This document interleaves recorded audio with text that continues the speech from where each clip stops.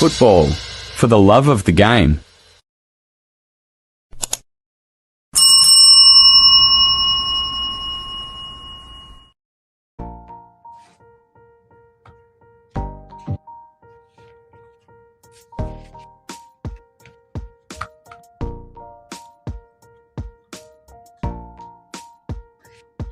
Hello guys, sorry for coming late behind schedule due to circumstances beyond, I won't say it's beyond my control. Sorry. So guys, I'm already 20 minutes late. I apologize for that. So, a lot of things to discuss today. I'll be very, very fast. So I will not keep you here too long.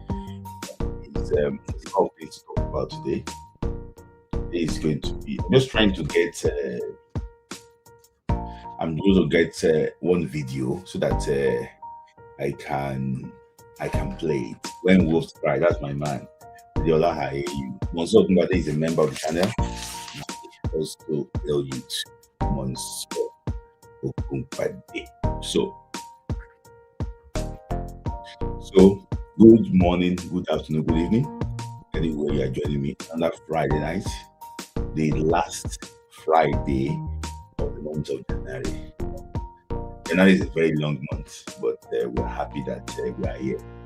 Guys, as you join in, please like the video, share the video if you can, and subscribe to the channel too if you have not.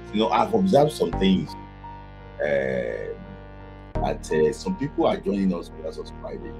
Come on, you can do better. You can do better. So as you join, please like the video and share it to your friends. So let me know where you're joining from. Let me know where you're joining from. Let me know where you're joining from.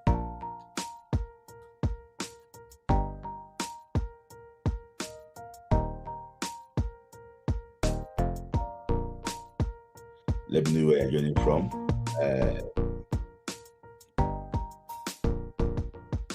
Who said, okay, from Leeds, thank you for joining.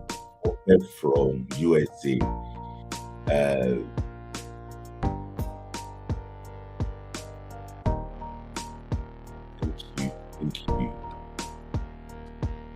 Thank you for joining. I can't appreciate you enough for always finding time to join me on this Friday night. Thank you. We're going to start very soon. I just want to make sure I get a video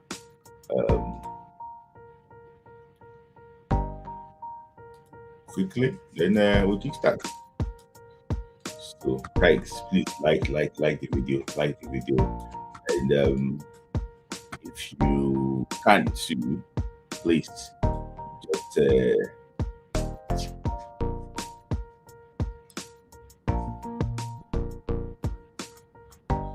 so thank you.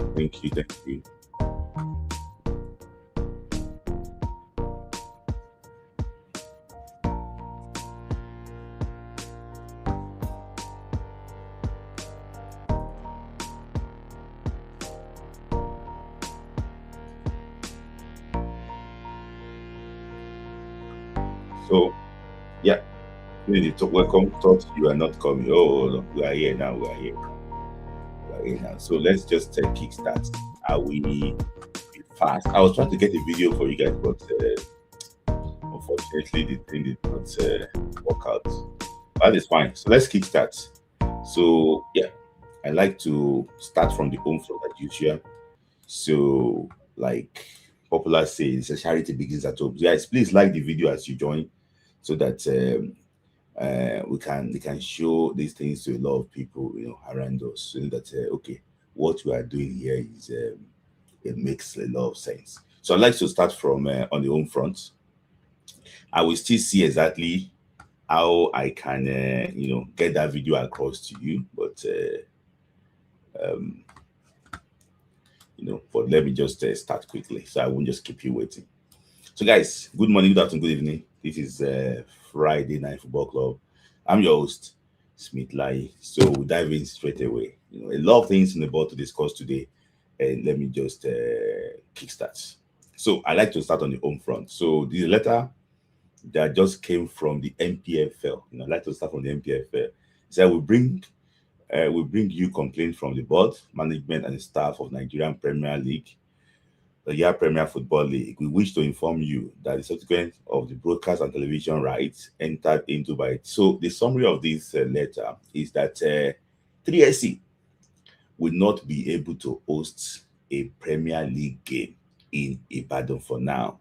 So they asked them to move to MKO Abiola Stadium in Abeokuta. In fact, 3SC, Red Monsters, hosted Barau FC in Ibadan about a few days ago, and they adopted home ground. But the situation here is that they will not be able to host any home game, there again. And this is the state of the pitch, a pitch that is not how many years old, but unfortunately, they will not be able to host any Premier League game there.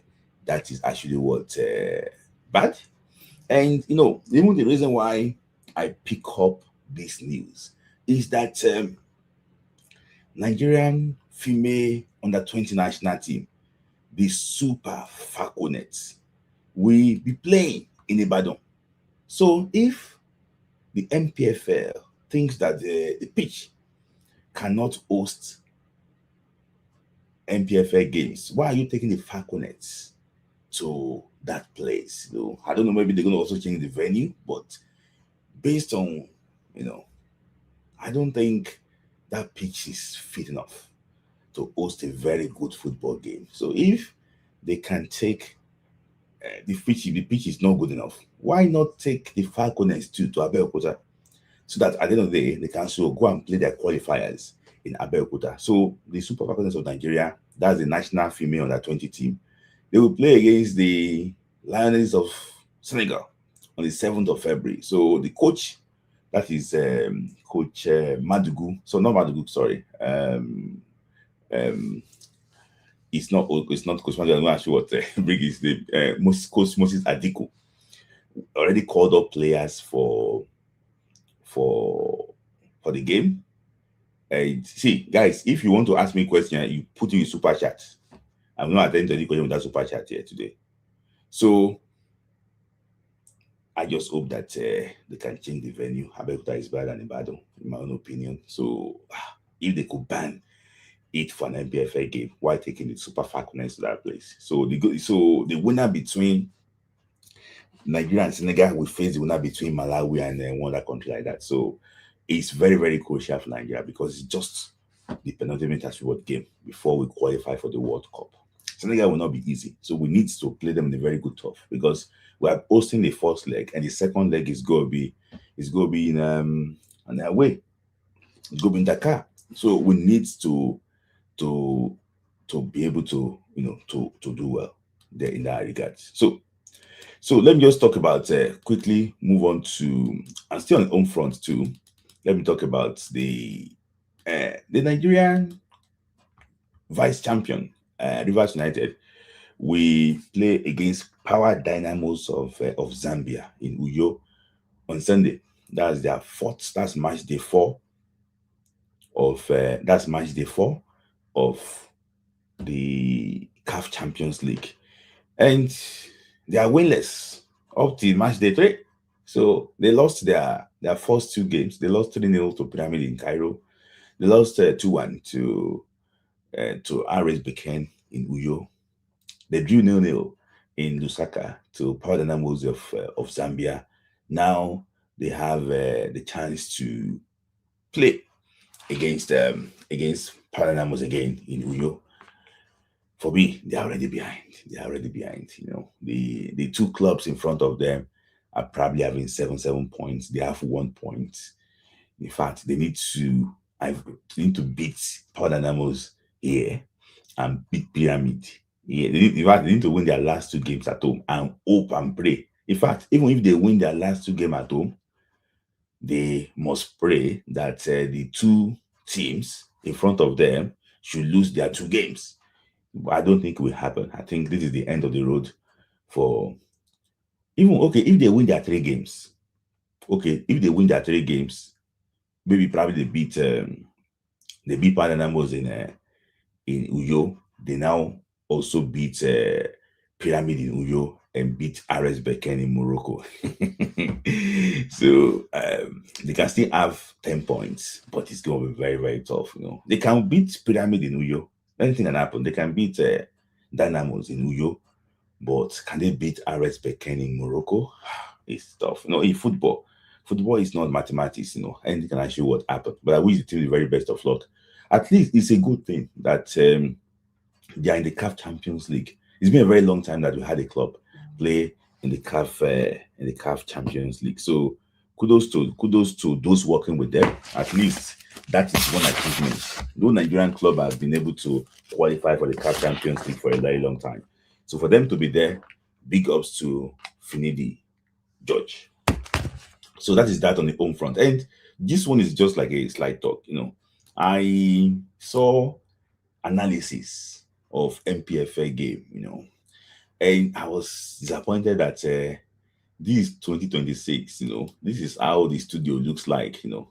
This is 2026. I was like, you know, this is like the 90s, you know. I know like the pictures were not great. You know, I just looked at it, I was like wondering that, you know, we need to improve in other areas, honestly. We need to improve in other areas. But that is just that. I just hope that the league also improves. And you know, Ibrahim Gusso could look for ways to actually also improve the league. So let me move on quickly. Let's move on to Falcons. Super Falcons. So like during the week, they announced that there's going to be a 4-nation tournament that will take place in Abidjan. So the 4-nation tournament is to prepare the West African teams that will be playing in the CAF, that will be playing in the that will be playing in the CAF Women Champion, that will play in the WAFCON next in 2 months' time. So they will play against Senegal, Ivory Coast, and also what? And also, it seems to be Burkina Faso, sorry. Ivory Coast and Ghana. For me, I think if you're looking for a friendly game, I don't expect you to look outside the African continent. So since that we are playing against African opponents, this is a very good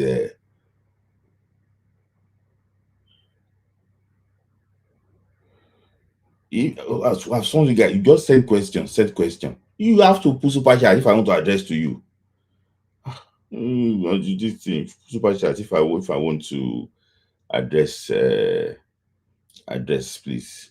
Just asking questions, try to divert what I'm actually saying in between. You know, we already had the line of actually what protocol to do. Said yes, it's a Waffle Cup. So the take place in Abidjan. Good.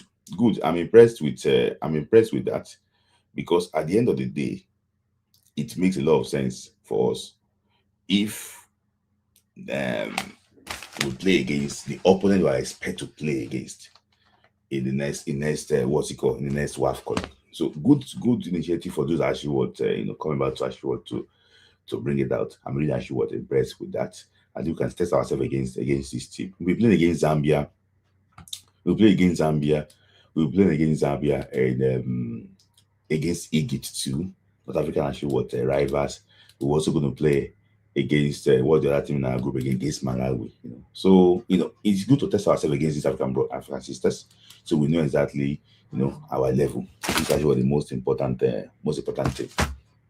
So I've also been hearing that I'm going to talk about the Falcons very soon. Let me just talk about the players, I think to I think we the people of used to get the players to me that probably they should be invited to the Super Falcons. In my own opinion, if majority of the team that still played the last WAFCON are still active, I think the only player not active now is Ifeanyi Onumenu. I think she retired from football entirely. So I think this team that played WAFCON about a few months ago, they are still good enough to win this next year's WAFCON. And I'm going to put it to you too when you're discussing. This is the team that played against Morocco in the final. So you can see clearly there the team that played against Morocco in the final. Though there was changes, it brought in some players. There was changes in that team that brought in some players. You can see that Bagide actually was came in. Jennifer Shejini, she did so well. She came in. Oshuala also came on, yes, and also Oladapo Isa. So if you look at that, the team actually was playing in the final.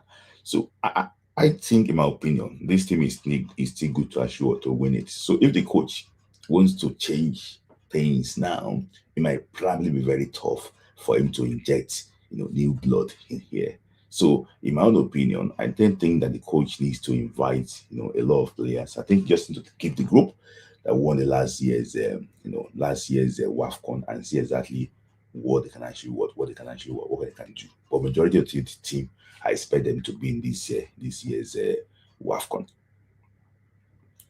So I'm going to talk about them actually later in the show. So my opinion and what I should expect from the Falcons. But kudos to Ibrahim Gusso and so on. At least they organized these friendly games for them, because I think it's a good preparation for what's it called? It's a good preparation for the next WAFCON. So let's move on quickly and talk about last week has been so bad too for some Super Eagles players, which I think have to start with Fufeti Didi. He lost his father in motor crash, motor accident, which I think very tragic in Delta State. I just think that it's so sad, so sad. Strong man is back in training now. I just hope that God will give him strength, to withstand this difficult time. Very tough. And also to Samuel Chukwu, at the same time, that's what happened to him. He also lost, I think, his mom.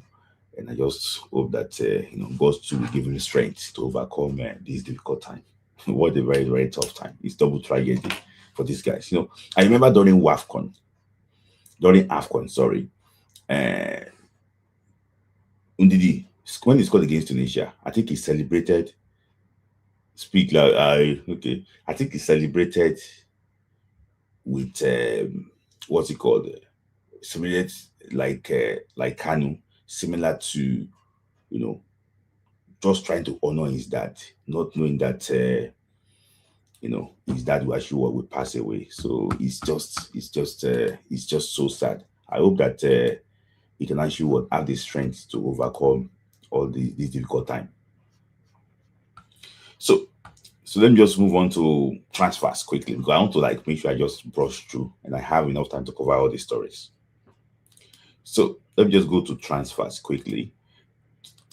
Earlier today, I learned that Super Eagles striker Terry Murphy is officially joined the FC Porto on loan from OGC. Good move for him, in my opinion. I think Porto is a top team, and if he performs well again, European clubs regularly scouts Porto Benfica players. Never know, maybe he can relaunch his career. FC Porto. There's been a lot of difficult times, in OGC. Even got to a time that he was threatened by some of the supporters, which I think is bad. But I'm happy that he's now in a new environment. He can now relaunch his career again and see exactly how things will actually work for him. So very, very good move for him. Fantastic player, one of the best, finisher in the Super Eagles. I hope that things actually work out well for him. Shout out to Terry Murphy. So another player too that also on the move to Afis Aremu. Majority of you might not really know Afis Aremu. He played for Nigeria under 20 in 2019 AFCON under 20. And he did well. He also played in the German second division too. So good player, good player. I now move on to Scotland now, more to Aberdeen. Aberdeen is in the UK, so it's Scotland. At least Scottish League is not that bad. You can see Rangers and and Celtic regularly competing in Europe, but slightly to Aberdeen my place in the Conference League or Europa League. Let's see exactly how things work out well for him. Good thing too, he's going to be in the UK. I don't know, maybe he's a family man. You know, he can decide to even stay in the UK, like Efe Ambrose. So let's see exactly how things work out for Afis Aremu. I also wish him the very best of luck. In terms of Super Eagles opportunity, I think it's slightly what far away from Super Eagles opportunity. So player that Adama Lukman, I'm hearing today that Fenerbahce and Atalanta already agreed the fee of like 35 million euros plus 5 million euros in bonuses. Like, I don't like this move. I don't want this move. But what can we say about it? Atletico Madrid they came with 25 million euros plus 5 uh, million euros in variables. So they can match his salary, but they cannot match what Atlanta actually wanted. So now, for the second time in a row, our African Player of the Year is going to Turkey. For me, it's a wrong move. I don't really know what is even happening again. I don't know what is happening again.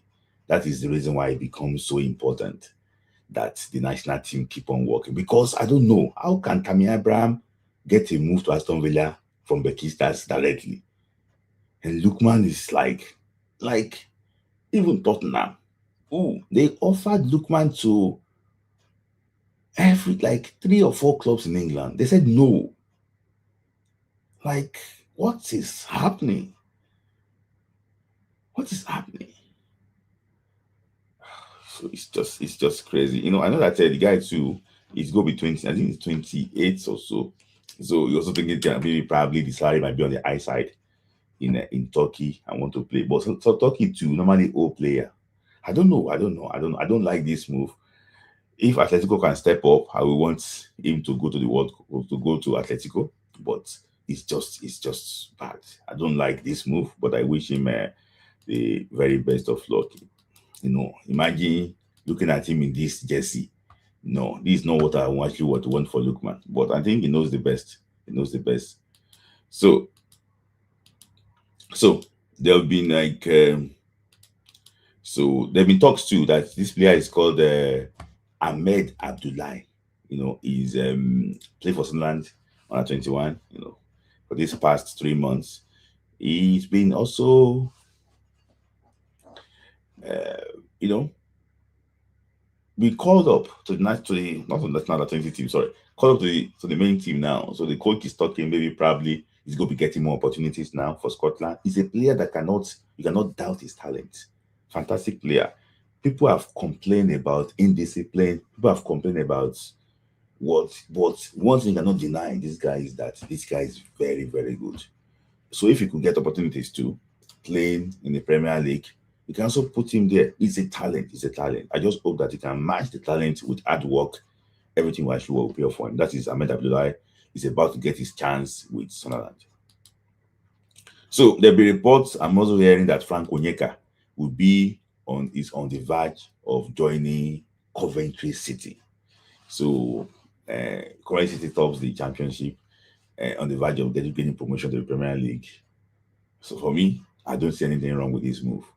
I don't see anything wrong with this move. I don't know I don't know, maybe probably because even Wilfred played in the championship before. So if he can play like 3 or 4 months there, get promoted, maybe they sign him permanently. Let's wait and see. For me, I think Frank Onyeka deserves to be played. Part of the reason why we struggled against Congo is because the guy wasn't fit at all. We just brought him in, he wasn't fit at all. wasn't fit at all. This guy is one of the end of our midfield. In my own opinion, I think that Frank deserves to be playing. If he's Coventry City, I support him. He should go and play there. As far as he's getting playing time, that is the most important thing. So I wish Frank Onyeka the best of luck. Talking about transfer and recovery. Transfer and recovery.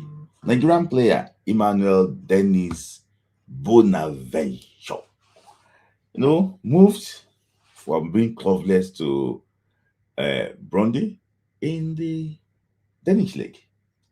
So this player, I don't know how to describe him. One time on top of the world, the other time it's not. It's just somewhere. It's so funny that this guy did not play in any competition for Nigeria, despite his talent. He was meant to be Nigeria's main player during the AFCON in Cameroon. I don't know what happened then. I think he rejected the call-up to join the team during AFCON. Allegedly. I don't want to say I rejected allegedly. But now, since then, we didn't go to the World Cup in Qatar. He missed the AFCON after that problem, after that Portuguese, after the game against Portugal, Wahala, he missed the AFCON in Ivory Coast. And he was clubless too when this AFCON should come around. So he's someone that's, would I say, is unlucky with his talent. He should have been somewhere at least in a competition for Nigeria. I don't know. But I just wish him the very best of luck. Most people will already give up. But for him to come back, kudos to Emmanuel Dennis Bonaventure. Back playing the Danish league is better than nothing. He can actually relaunch his career there. And I wish him the very best of luck. Good player on his own day. Good player. So, talking about, I was child to this picture. I got this picture. It's like shout out to Tarawoni. He's called for Nottingham Forest. Last week, child to him. This is like some of that's why sometimes it's difficult to actually abuse footballers. You can see this card there. What actually went through. Trying to recover from that near death. Experience. Was it 2 years ago? For him to now score his first Premier League goal for probably a year plus. Kudos to him. It's hard work. That's why I normally say that I also use this one to say Boniface too. That Boniface can recover. You just believe in the process. And God willing, Boniface too, because he will also come back stronger. Because sometimes injury is just so crazy. For him to recover and back to his best shape, shout to Taiwo. So let's move on quickly. So there have been also transfer and some potential Super Eagles player.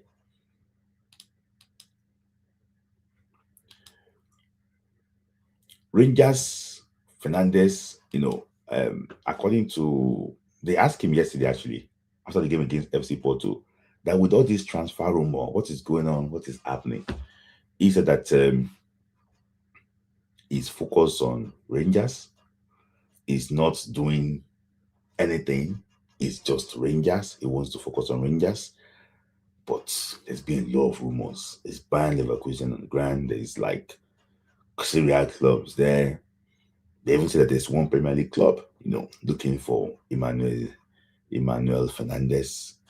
When I mention this guy's name first, a lot of people don't know how can a Nigerian be Emmanuel Fernandez, but that's his name.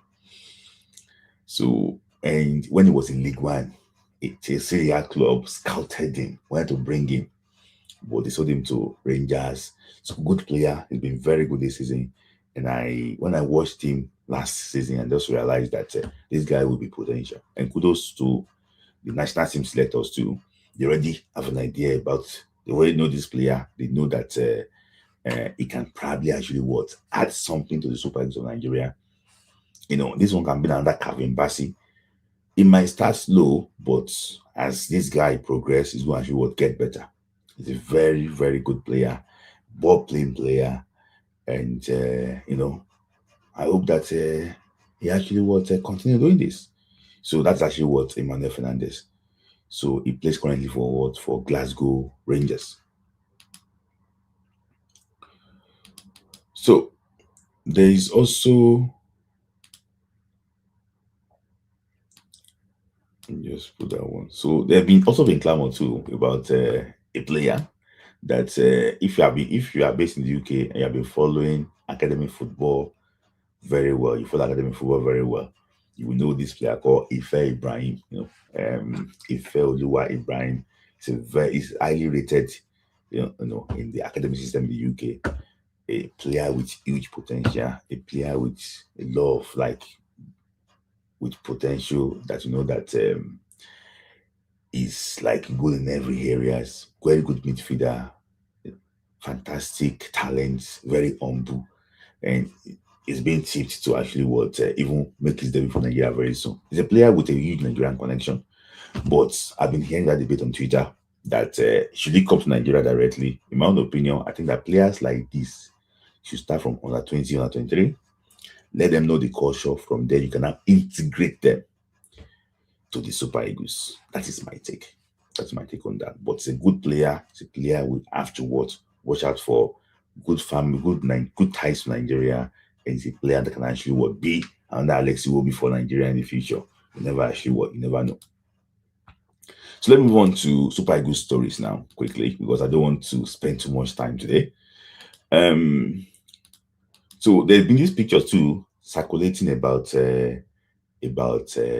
what's it called? About Eric Shell in that Eric Shell is in Zamfara State. Why won't Eric Shell go to Zamfara State? Like he just went for like a state visit to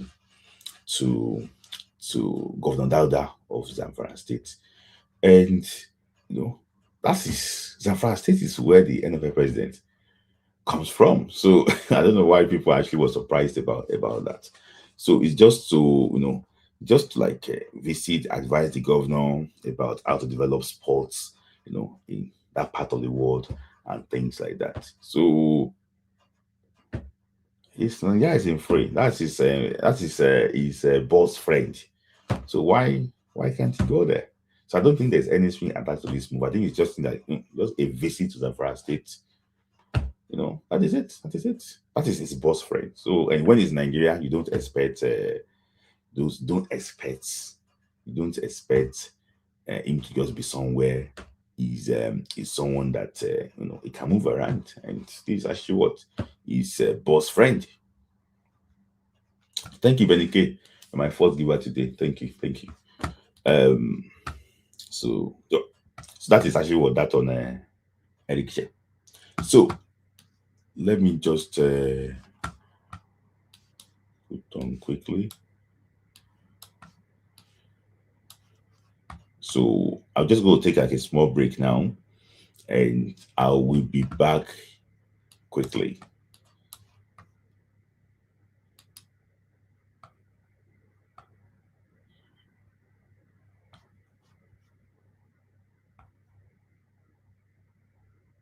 From Akure, he says, "Oh, I didn't even know this one was part of the link. Why does the NFF seem to fear Emmanuel Amunike?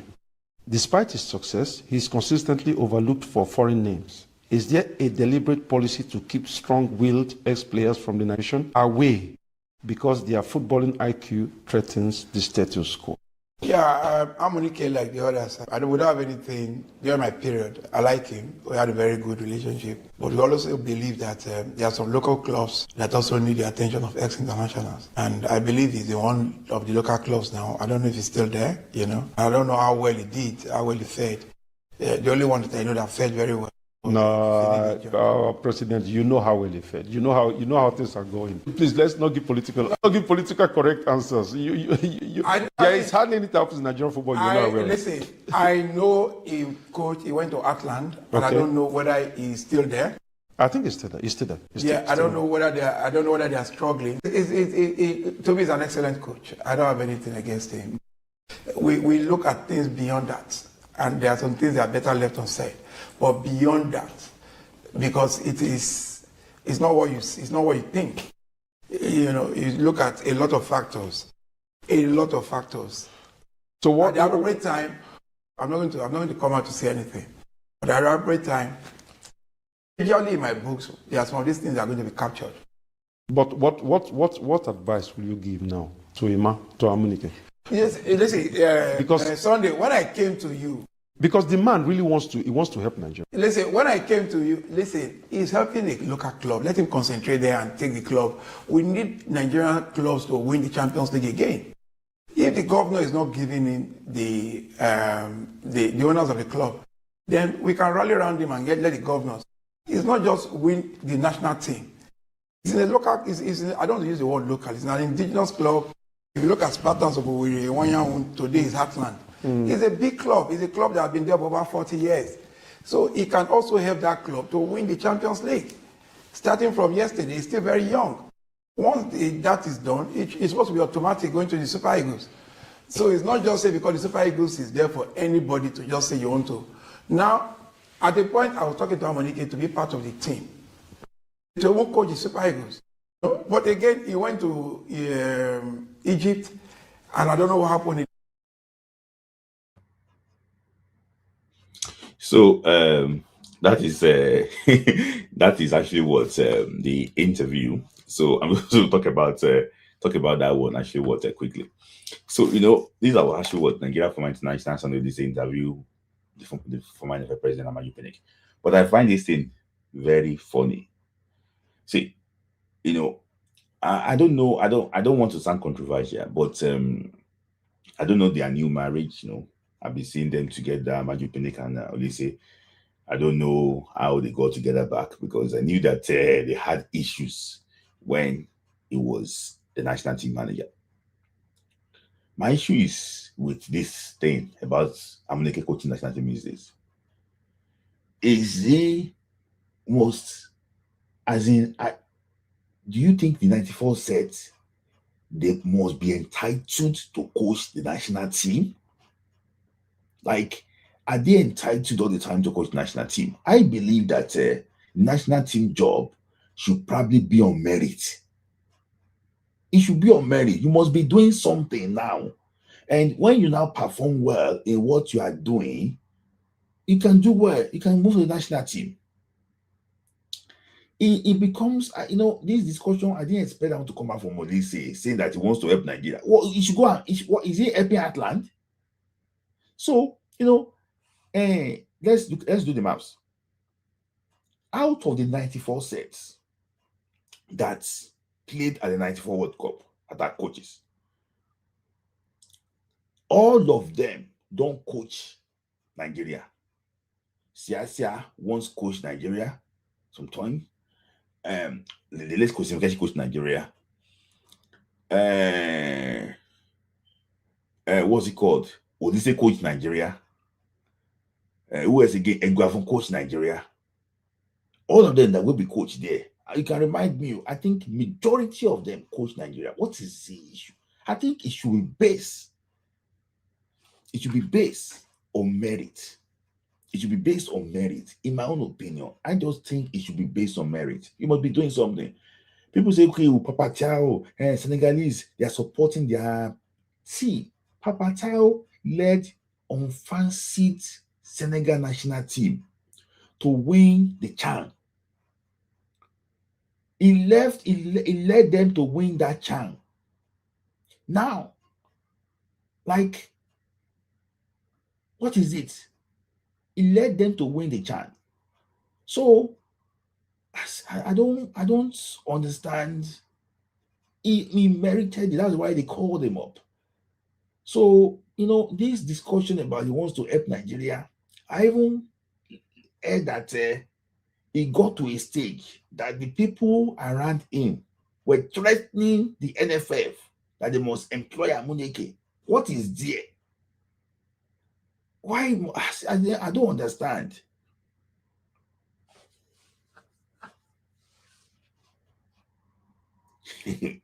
So, so it's a very big thing. In my own opinion, I just think that if Odise now becomes someone that is in the NFL, is he how he's going to be behaving? Is he how he's going to be behaving? Like sometimes they just tire you. Sometimes I believe that if you are doing well, the national team too should be able to help. And I also have my issues too with our ex-internationals. I know that it might be very difficult for us to get opportunities in Europe. Very difficult. But some people stayed behind and they got opportunity in Europe. I know of a Senegalese coach that coached Reims FC in Ligue 1. Yeah, Kolo Toure is part of Man City team. Kolo Toure is part of the Man City technical team. This guy again, Benny McCarthy, once coached in Man United. I don't know, maybe I'm right too. I don't know, maybe I might be wrong, but I saw someone that looks like Leighton Baines, beside David Moyes when they were playing against Leeds. I was wondering, is he Baines? Is he a coach? Is he Everton coach now? So I don't know why sometimes our players don't position themselves. For somebody like, thank you, Abibeye. So I don't know why we don't position ourselves too. For me, somebody like Yobo is Everton legend. When I'm just hearing say, that to be following politicians around, just position yourself. Position yourself, because I don't think Yobo will want to work in Everton youth system and you can be denied. Or I don't think so. Maybe probably we don't believe in the process. We want something sharp. In my own opinion, I think that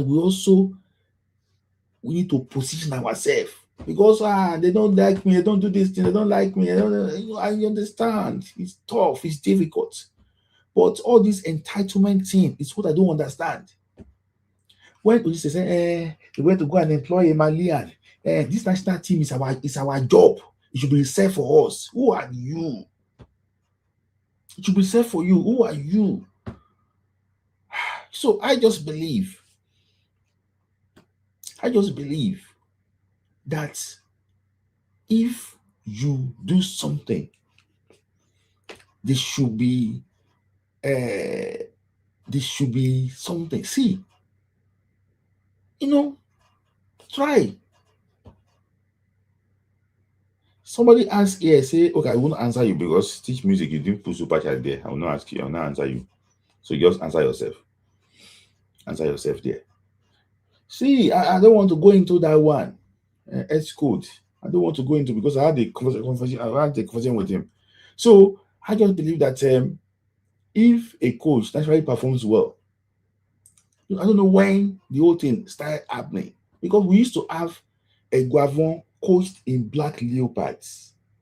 I think Amadou Shuaibu too coached outside Nigeria. In fact, Amadou Shuaibu used to be a lecturer in CAF. All these CAF A that they are doing, Amadou Shuaibu used to lecture. So we have Christian Shuku, coach. Was it coach in Kenya? We had coaches. Let's coach Stephen Keshi.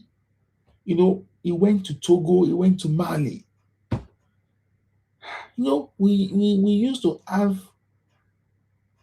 this thing around. Why can't our people just go out? So, in my own opinion too, I also think that let them do something from there. We can build on that. If a Nigerian coach is coaching Pyramid of Egypt, I'm going to coach Tanzania. Yes, he's coaching Pyramid of Egypt, and they did well in the CAF Champions League. Why won't? Even South African coach, Pitso Mosimane, he left his comfort zone to go and coach in Al Ahly. I think he won the CAF Champions League there. You know,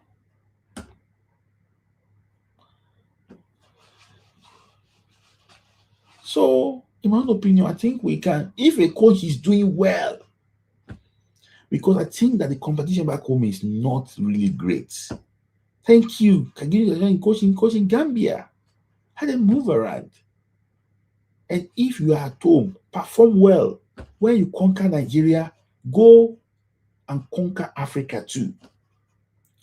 We've had 2 Nigerian coaches that won the CAF Champions League. Kadiri Ikana won the CAF Champions League. And when he won the CAF Champions League, they gave him the under-23 job. One of my best coaches in Nigeria, Coach Oke Emodi. Oke Emodi won the CAF Champions League with Enyimba. I love Oke Emodi. So, one of my favorite coaches in Nigeria, Coach Oke Emodi. I don't know where he is now. So why can't they go out?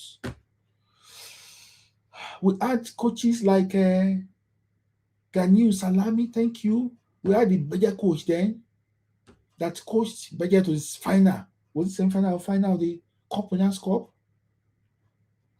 Come on. Thank you, Charles, for super chats. Oh, sorry.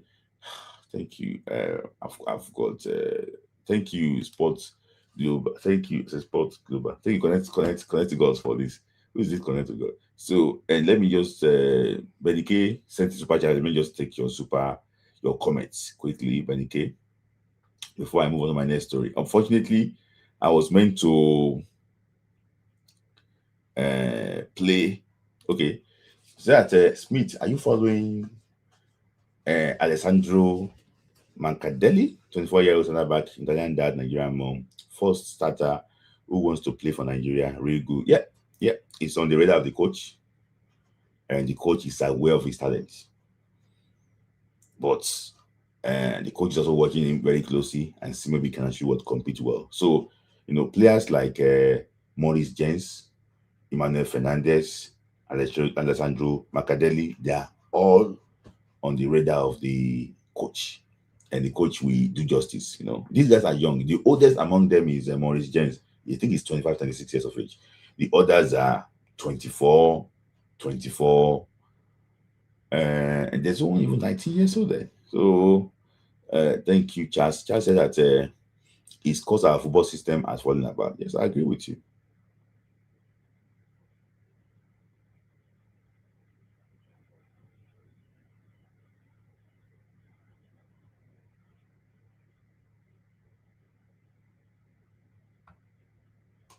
So, you just put your chat. There's a lot of discussion going on here. I will not take. I don't take in your comments. So, super chat there. If I'm addressing every comment, I will not leave this place today. So, for me, I just think that. So, Emmanuel Dennis also that I didn't capture that video. He said that if he was the person that is the NFL president and Nigeria will go to the World Cup, I think I agree. See, this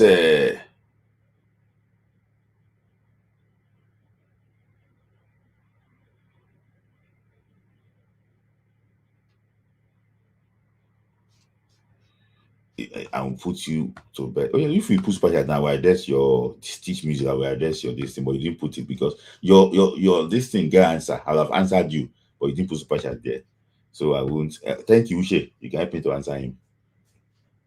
So he says that if he's the NFL president and Nigeria will go to the World Cup, I think I agree with him. I think I think I agree with him. It will look for a way of, if he was the NFL president, I think he won't allow Parceiro to go. He would have managed it very well. There was something, I will not be able to say it here, that happened during the World Cup qualifier against Zimbabwe in Uyo. If it was under Emmanuel Dennis, it will not happen. Those that know here will know. But I will not say it. It's something that happened against Zimbabwe in Uyo. And looking at it, I think that Zimbabwe game cost Nigeria that World Cup ticket. That any World Cup ticket. That Zimbabwe game cost Nigeria World Cup ticket. Is that thing that happened in Uyo? And my very friend is here, Monso Ogumade is here. He will know what happened. We discussed that one before. That thing cannot happen under Maju Pinnick.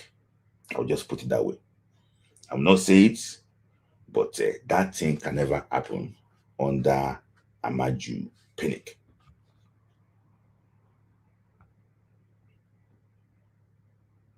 So that is actually what that. So the news that people have been waiting for. I tried to get the video to play, but unfortunately, there is no video. I'm going to go to the caps. You say give me clue. You don't put super chat. Oh my days. Which clue? So guys, you guys know that the AFCON final did not end well.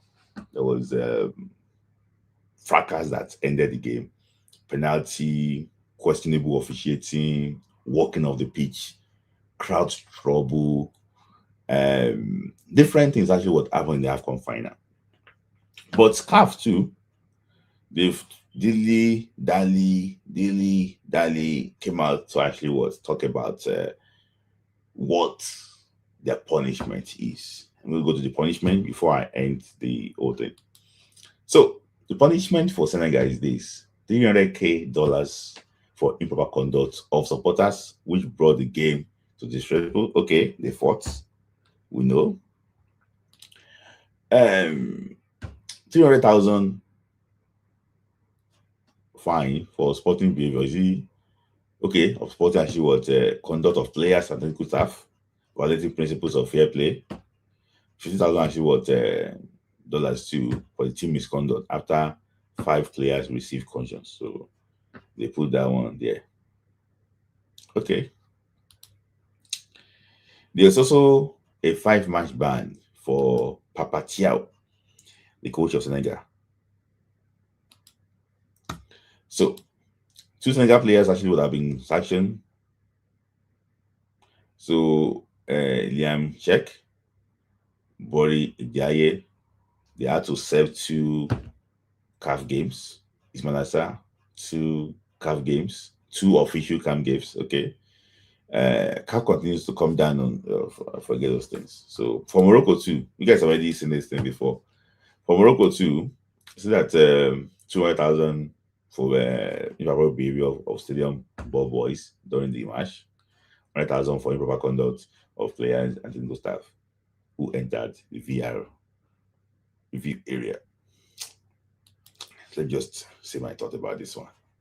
See, this CAF miss an opportunity to lay down the marker of indiscipline. They missed the opportunity. In my own opinion, this is not the point. I know that they can sign. It's actually 2 of them, Morocco. For me, if there is that crowd, there is this thing, they should give Morocco home ban for like 2 games.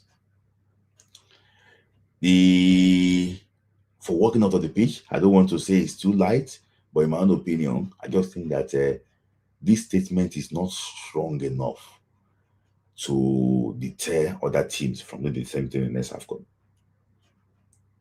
If they realize that if you could say, okay, they're going to take 6 points from your own qualifiers, they will know that they have to sit tight. But in my own opinion, I think this same thing will still happen and continue to happen again. Because I think that, it's slightly too soft for me. Walking out of the pitch, like coach asking his players physically, like to come off the pitch, I think is bad. Not for the game alone. If what for the game alone, for even our continent of Africa. So I know that the chairman of the committee is Senegalese. He stepped down. They asked somebody to take over to do all these things. But in my own opinion, I just think it's too soft. It's too soft. It's too soft. I think that teams will now start to work up the pitch. You will see. Should be Nagoto tell us, we go pay 100K. We go pay him. I will tell us, say, me and my coach no come for 5 days. Don't worry. Teams will start doing the same thing. I just think that this calf is too weak.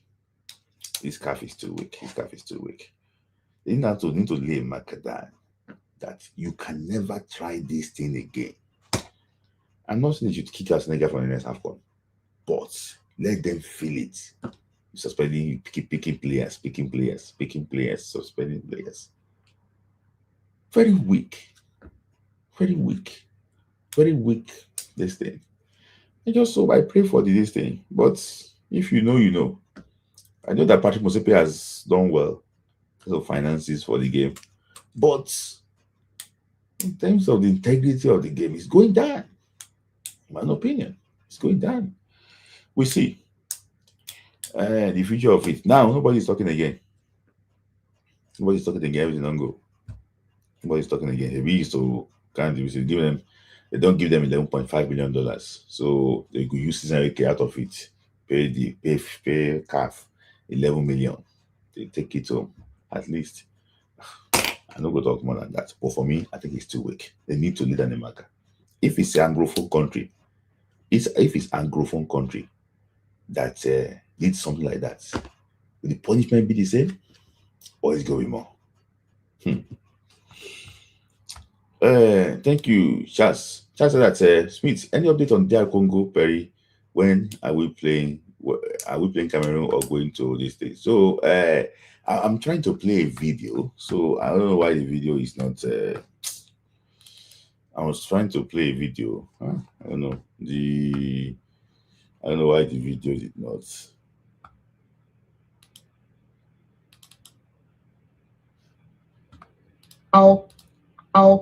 How they are. So I want to see, maybe I can share a video. So maybe I can play the video also. I'm trying to play a video. So if you didn't join I'm going to talk about the Congo case now. I want to take this story now very soon, quickly.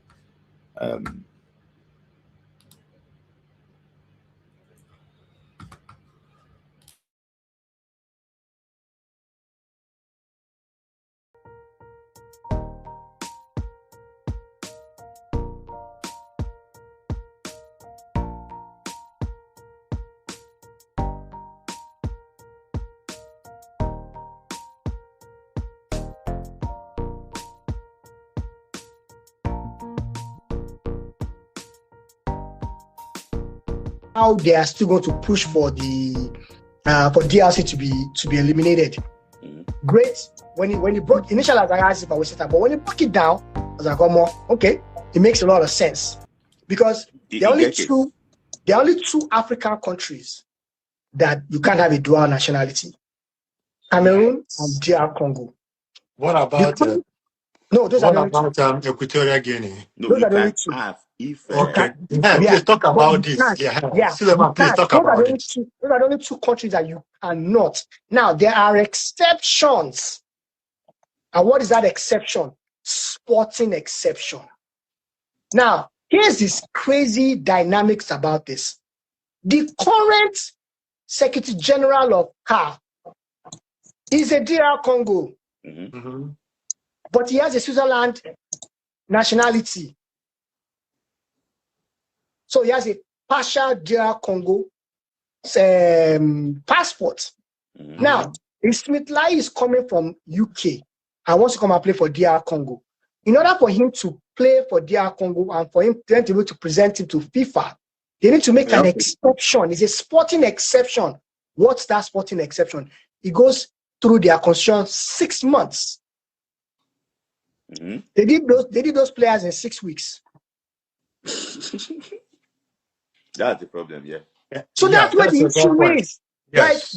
Like for FIFA, no get problem. FIFA's one is you want to show us you have passport, no problem. But how you got the passport, nine be the question here. Okay, I have the question to you. You didn't go through the protocol and the right way to get the passport. Now, people are saying, and he said to me, people are saying, why does he want to do that? I said, I don't care. Like when it's all said and done, did they do the right thing? They did it. Good point. Yeah, so Oak Heart, they can claim expedited process. But was that part of what they showed to people that they had an expedited process? Before. Can they show that they had an expedited process? Because their law says 6 months. Okay, my question to you, Suleiman, do you think that they might win this case? No. Who? Nigeria? No, DR Congo. Do you think which area do you think that FIFA might consider? I'm going to be honest. I don't know. We'll see. We'll see because here's what happens, right? DR Congo is ready to go to CAS already. Like literally the day FIFA gives their decision, they are up to CAS. Yes. They are up to the Court of Appeal of Sports. They are waiting already. Because look, when it's all said and done, if for good men will just beat DR Congo, beat them. But no, I'm having an idea. It be like say that, say FIFA are very, very smart. They just put it on 15th of February. Baba, when they give that, who tell us? You thought we knew? You think so now we know? Yeah. Somebody give us expo now. Because that 15th of February, once they give that answer, boom. Baba, now somebody give us expo, regardless of what FIFA do now. Now somebody give us.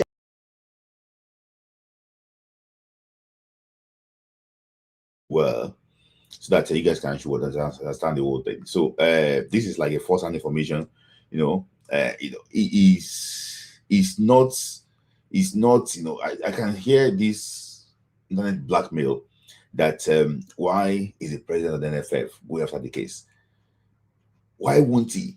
It's when Nigeria is going to have a case. That's the reason why people believe that Nigeria should have like a big man. So he said something there that actually was very important. There have been few people too say that, oh, why is he doing this thing? But why won't you do it? Why won't you do it? So this is a personal conversation, between him and the president itself, Alhaji Ibrahim Gusau. So, like, I don't know, maybe have I finished playing or so? So there's a loads of things here because the day in fact, I can tell you that they are going to CAS. There's nothing I will take it. They're going to CAS immediately. They give any that judgment, they go to CAS. So it's not, and CAS will do the whole thing in 1 week. They will finalize the whole. I think we should. Let me see. Maybe I can play the rest of the video quickly, so that maybe I can just play it quickly. Mo, how many people is making sense to me. The thing is making sense to me because once FIFA now said 15th of that February, once they make every judgment, right? Now, for you to come and do any appeal might tell you, what, it's going to take like 2 months for us to answer it. It depends on the Court of Sports of Appeal. So here's a proper question about what people don't know about the Court of CAS. Okay. Every sport has somebody in CAS. FIFA get people for CAS.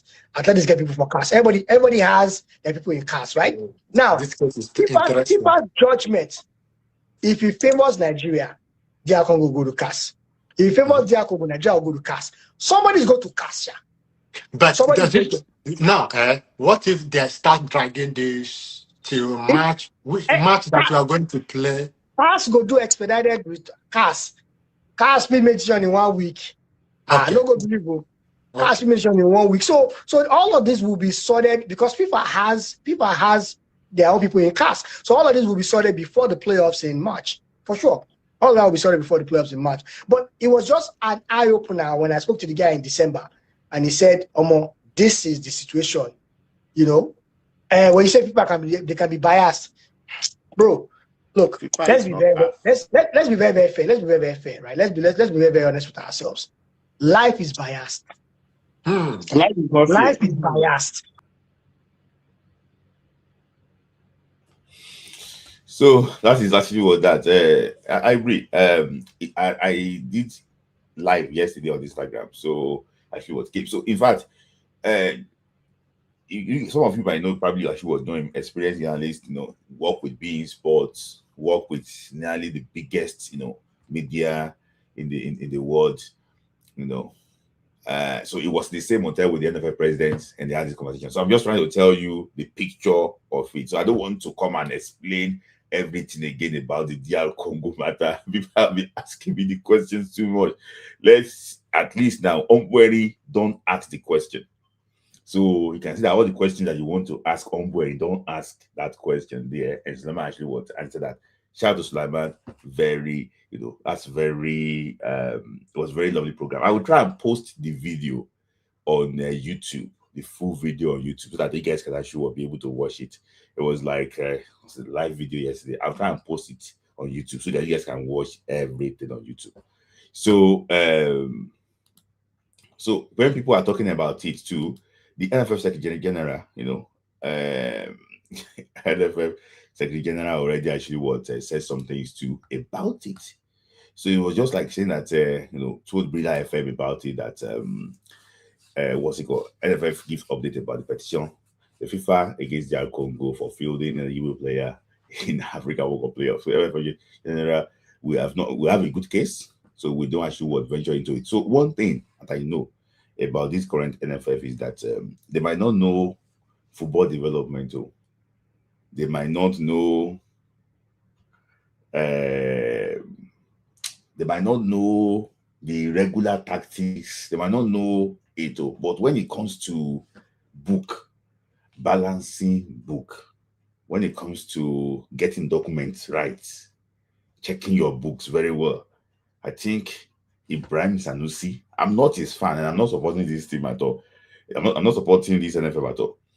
Ibrahim Sanusi gets that thing very well. When it comes to you are balancing your book, you are checking your books, he gets harm. I'm talking about the Secretary General. He might not know football, but in terms of this, he is very experienced. Very, very experienced. He's very experienced. That is one thing. Make I leave another one there. So me too. Before I actually came live, so my friend, I don't know maybe my friend is listening here. Amo. I know maybe he's listening here. So I was trying to do my own investigation too, and I looked for like cases in the past that was similar to this. So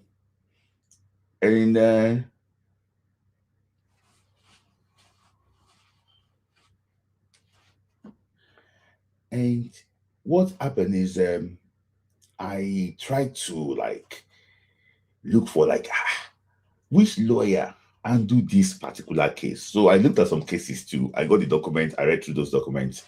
So now, okay, which lawyer handle this case? So I now look for a way to get the lawyer that actually handled one particular case. So because the lawyer, very experienced lawyer too, represents players in Africa, players in Asia, players in South America. So the guy is based in Canada. I don't want to mention his name. So one of my very good friends there, I was trying to see maybe he can actually help me to contact him and things like that. But at the end of the day, we could be able to exchange some questions quickly. So he also said the same thing too, something similar to that.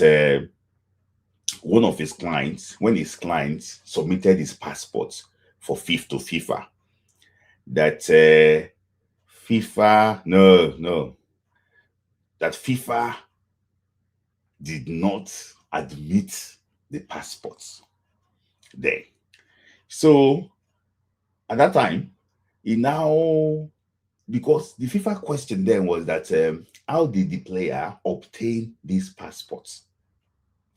So they were now able to show, because that in FIFA quoted that in your constitution, this and this, you can't have these passports.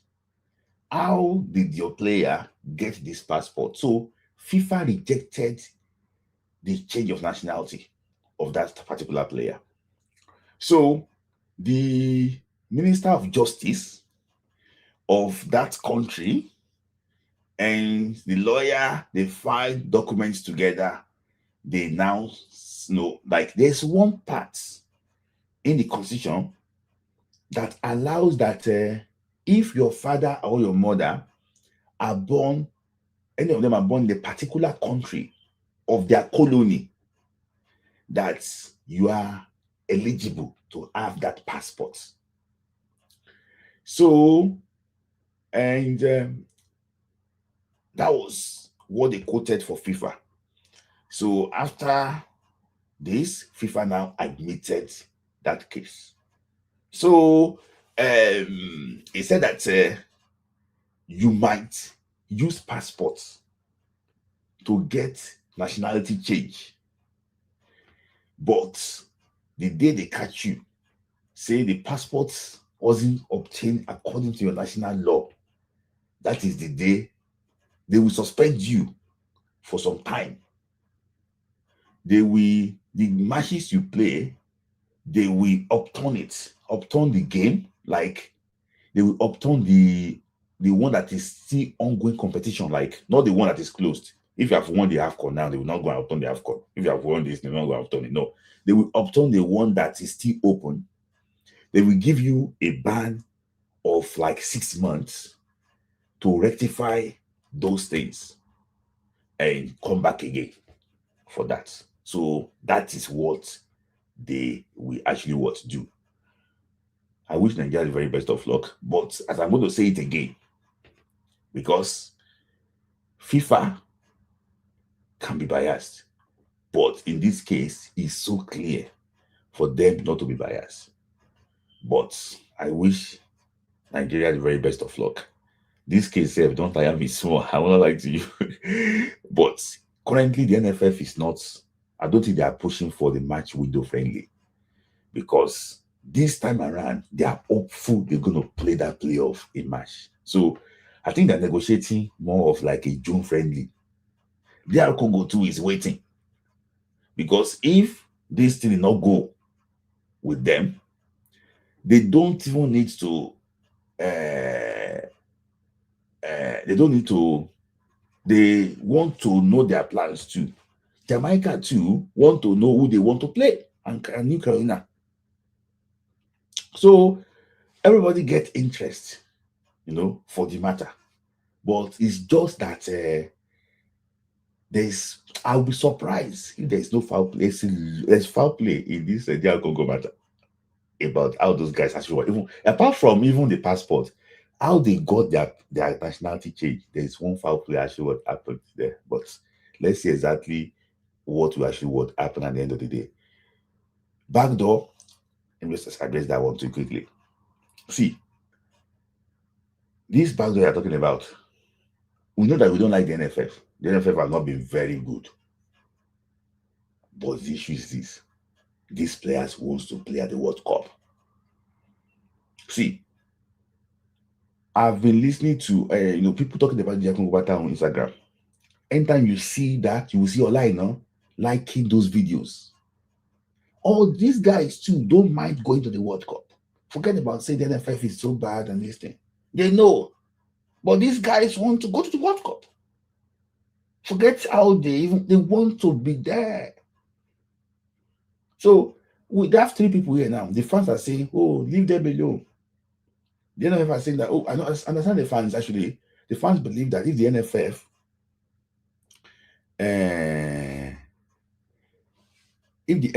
did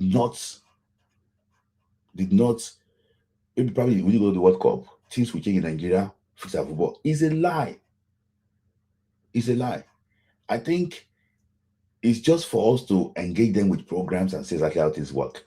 I don't think we didn't go to the World Cup in Qatar. Nothing changed. So we need more than to remove Ibrahim Gusso as the NFF president, honestly. So if he leaves today, another person will come. So I understand that bit, but it's just that we need to work hard and lift this football actually. These guys don't care. They don't care. So I'm going to just bring the link quickly. So priority are those that actually watch member of the channel for us. Yeah. So let me just try get some people in. Please, if you are calling me, I will be timing today. I don't want to be here till 2 a.m. I'll be timing today so that we can do it quickly. I don't overshoot my time already.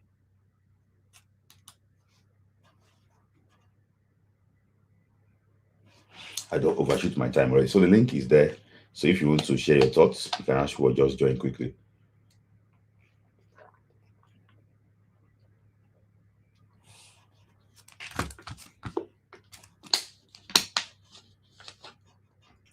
So there's a lot of things that actually work there. So let me just give you a quick reminder of how the whole thing actually started, so you know exactly.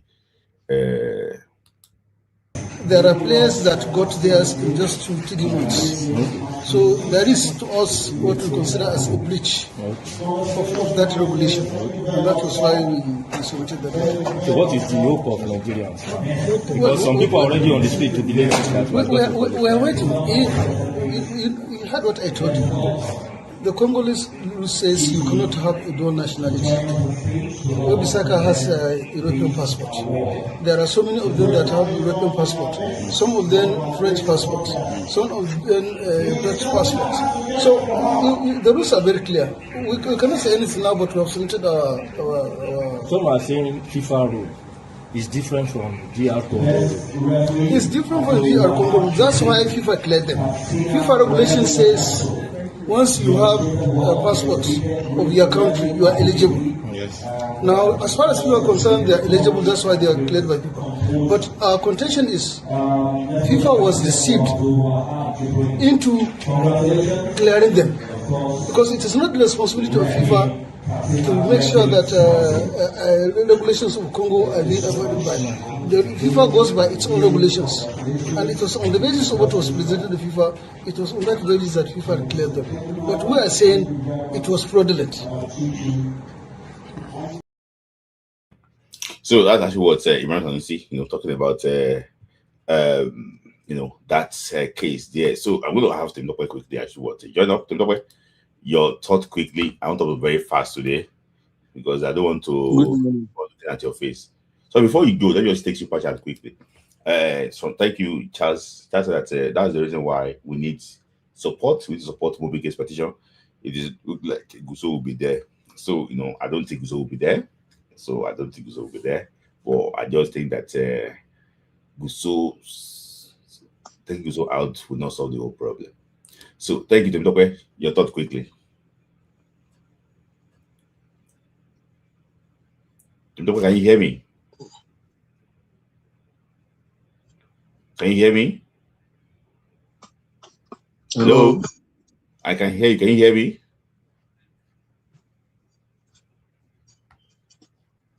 Can you hear me? Hello. Oh, no, I can't. Can you hear me now? Can you hear me now? Yes. Before now, on this matter, you are very confident. But now you're very getting low. You are scaring me on this matter. No, Can you hear me? no, because people have been disturbing me about this matter. Go and check my DM. My DM is full as if I'm FIFA. I don't say if I consider something, I don't say okay, this is. I knew exactly where the pendulum will swing. I knew exactly where it will swing. I'm not FIFA, but I knew exactly where the pendulum will swing. So, but people, despite that, hey, you see, but if I show you my phone now, if you see my DM now, hey, these people again, how would they just do? It's just I'm not FIFA. Just allow every day. Hey, one blogger said that there's no case again. No, one this said that what is? I beg. That's as if say that maybe FIFA. I knew that during the World Cup qualifier against Africa, people they ask me the same questions to say, when I'm going to take the point. See, I mean they take the point, you mean? But continue to talk. It's just because the message just keep coming Okay. down. I'm calm now. I'm relaxed now because I feel that if Congo do something bad, they should fade the music. Yes. That's why if Nigeria do this and fade the music too. Second, about Lukman transfer, I feel bad that Lukman was going to Fenerbahce. When this guy Abraham left Benitez to go to Aston Villa. Maybe be like what they because of the agent they are using. Is the problem. They don't have better agent. I'm sorry to say though. If they have better agent that can move mountain for them, then like this man from Portugal, Mendes, that bring this guy to Chelsea, Joao Felix and other people. I believe you start playing police of football, get a better agent that can do it for them. That's the problem. And finally, about the Super Eagles team, about the Falcons. I don't believe their first team, their first team or their second team that they are playing in February, the foundation tournament. Their first team, right? Yeah. Is their first team. Yes. That means FIFA window then in February. Yeah. Okay. Anyway, what's the Instagram handle? Just Gans Football, the same thing. Okay, I will check it now. Thank you, women, my brother. One love. Right, thank you. Nice to see you again. Thank you. I think Chris is following that she was joining. So Chris, I have Chris and S Code first. Then Mr. Goswill is next after the two of them. So yeah, Chris, take it from anywhere. Yeah. Oh man. Hello everyone. Hello, Smith. Yeah. It's Code. Greetings, bro. I greet you too, Luca. First of all, I don't know, man, about this Lukman move, man. You know, when your biggest player goes from Napoli to Turkish league, it's just like the Ronaldo effect, Before, I thought our players were running from Turkish league, but as soon as Osimhen went there now, it feels like everybody's like, okay, Osimhen is there. Like Osimhen can play in Turkish league, me too, I can go play there now. So there's no reason why our two most important players should be playing in Turkish league, man. Like it doesn't sound well to me, man. And I don't know, man. It just doesn't feel right. And also, another thing I want to speak about is the Nigerians saying that we should allow Congo, that why are we trying to use backdoor to go in. I don't know. There's just this thing these days about Nigerians just talking so bad about Nigeria. Like, it has given a lot of different people, other countries in Africa, the rights to just talk shit about Nigeria, like create narrative stereotypes about you guys. And you guys are just laughing, laughing, he. I don't know what you guys think is funny about it. I don't know why you guys think. I don't know. Like, do you think when you speak bad about Nigeria and about Nigerian, do you think it's going to affect the leaders? Do you think it's going to affect the people in power? Their kids don't have that issue. When you allow people create a stereotype about Nigerians, it's going to affect you, not the leaders, not their kids. It's going to affect you. So all these things about, do you think if we're the ones that were in Congo in Gary Congo shoes, you think they will allow us go free? No, they would do worse than what we're doing. So let them do what they need to do.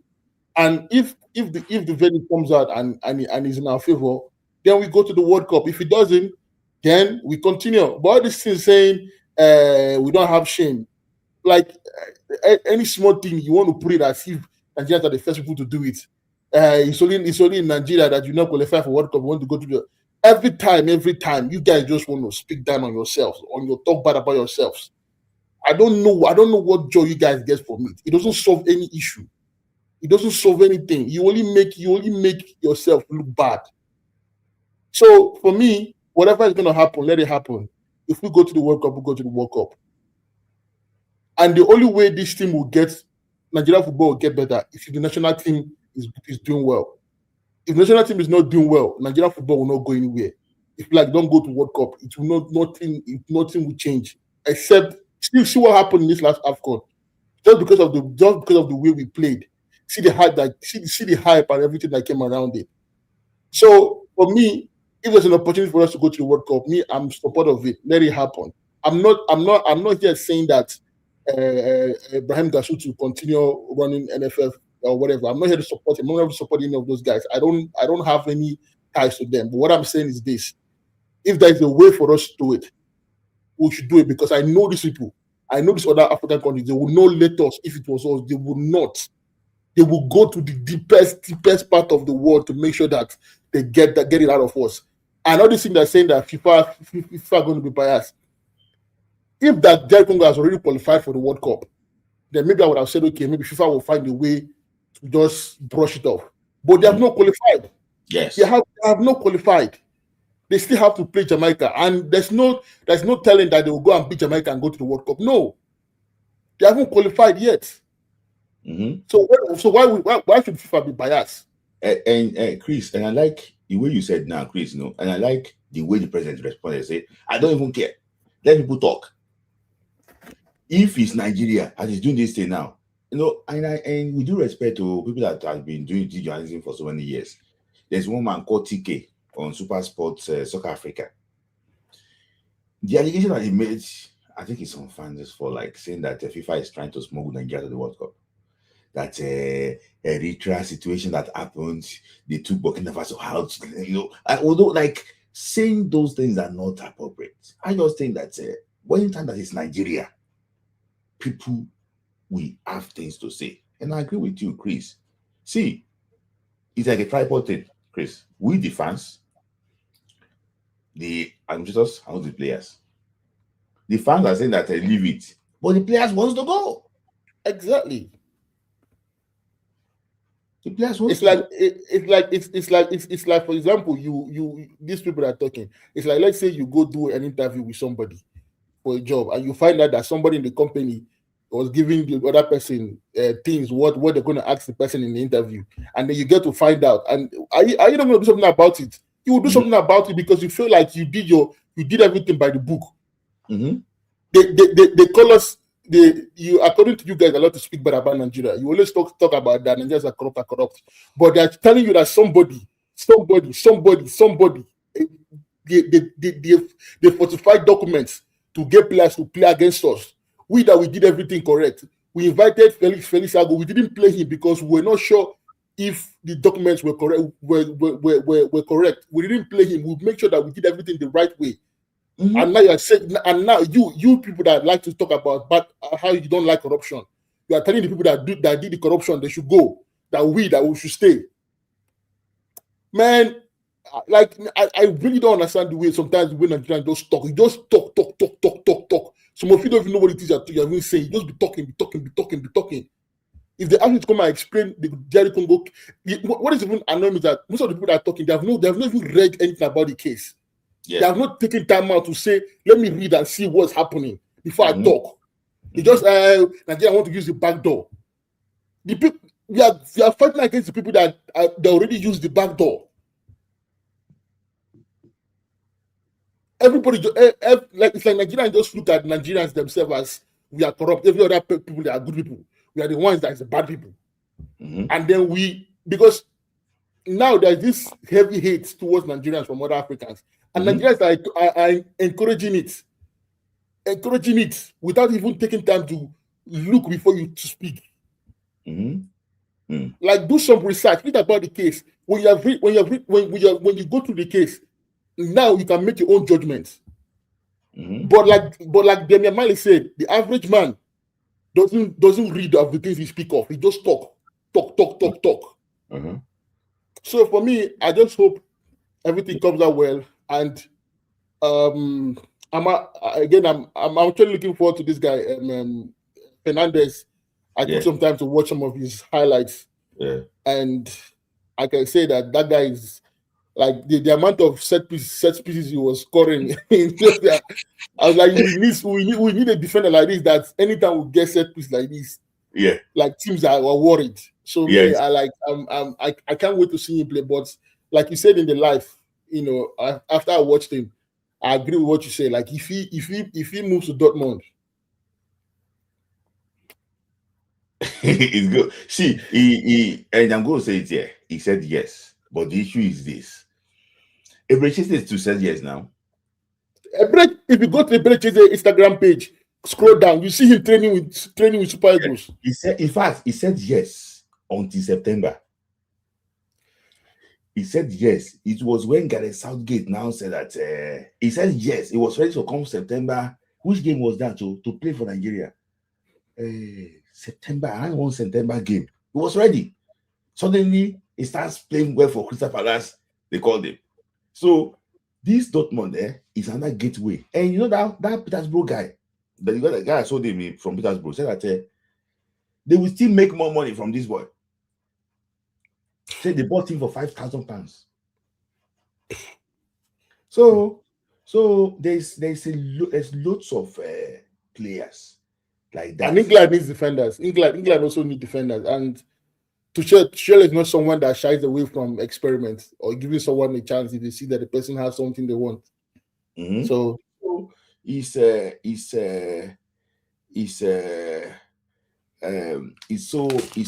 sad. It's so sad. I just think that we might not ignore our local football, but for me, we should not miss about Calvin Bassey type of discovery. Calvin Bassey is probably the one of the best defender now. He's not homegrown, but he plays as if it's homegrown. Anywhere you put Calvin Bassey, he plays well. Today, Chris, I watched the Algerian game again on TV because when you did there live, it's different from. Yeah. I now rewatched it. Calvin Bassey in a machine. If he goes to Inter, he's gonna his stock is gonna just skyrocket because that's he's gonna be like a cult hero there. Yeah. Because the way he plays, they will like him. The way he plays, they will adore him in Italy. Yeah.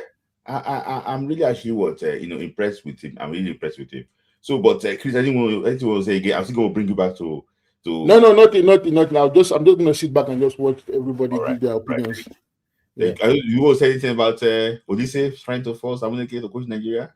See, I saw him reading that question like as if it was someone that wrote it. As if he's not the one that wrote it.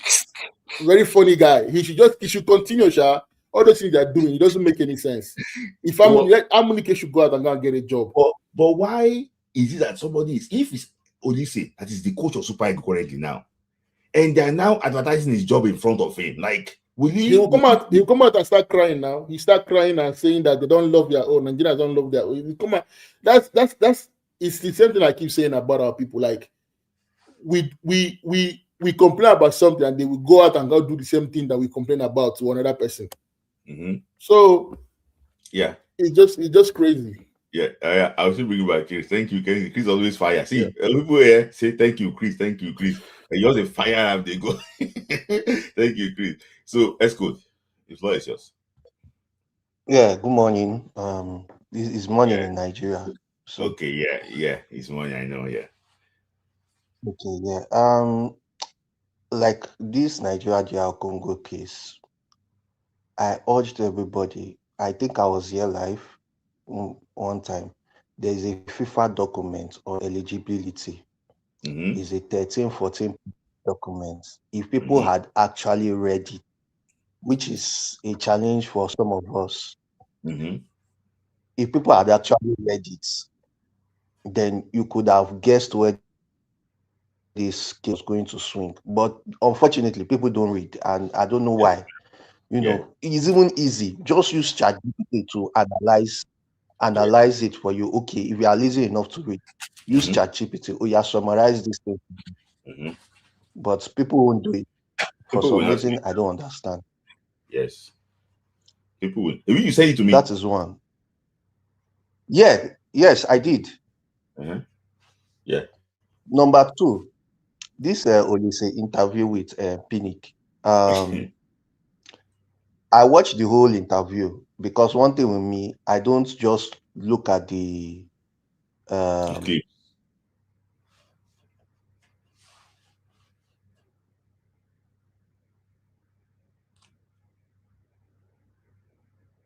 Can you guys hear him? No? Okay, I think it's frozen. Port Harcourt, your network. When they're supposed to build network now, they went to go and build the mortuary for.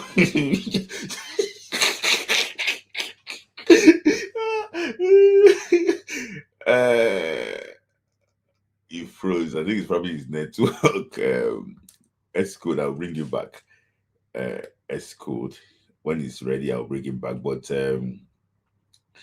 I really want to hear from him because I really want him to contribute on that Odysseus that Odysseus interview. But okay, I'm gonna just I'll wait for him to come back. Then I'll have one person here, not two. So I'll just be waiting for him to come back. But let me just bring Mr. Goswell. Goswell, I took our football ancestor, encyclopedia. Okay, Escode is back. Let me see. Maybe he's gonna ask you what. Maybe network don't release him now.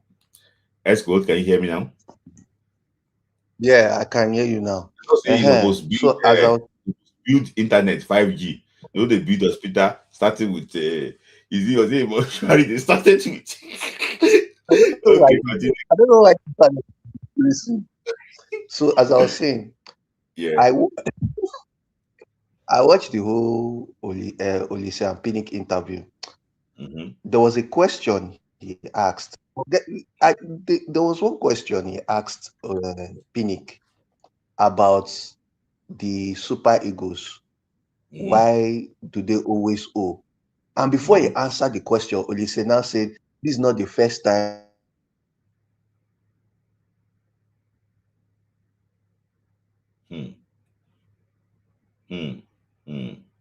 I was already making an excuse for him. In that, why are you making an excuse for this man before he even answers the question? Then he now went ahead to say, although there were some things I agree with what Pinnick said, he didn't have enabling environment. To an extent, I agree with him because he had a fight with Giwa, he had a fight with Giwa, Solomon Dalong. After he didn't go and vote for Hayatu, he went to vote for Ahmad Ahmad. I agree with some of these things, but in the most part, this man was just gaslighting everybody. This man did nothing to improve our local league. This man did nothing to improve our age grade football. This man did nothing to improve grassroots football. This man did nothing for the female national team. So, to me, the questions were just softball questions. As for the Amunike part, see, the time when people, if it was 2019 when he qualified Tanzania for the AFCON, he had a better chance. If he didn't get the job of Super Eagles, then it go hard now. Honestly, it go hard now because there are so many things at work against Amunike. And again, Heartland, he relegated Heartland.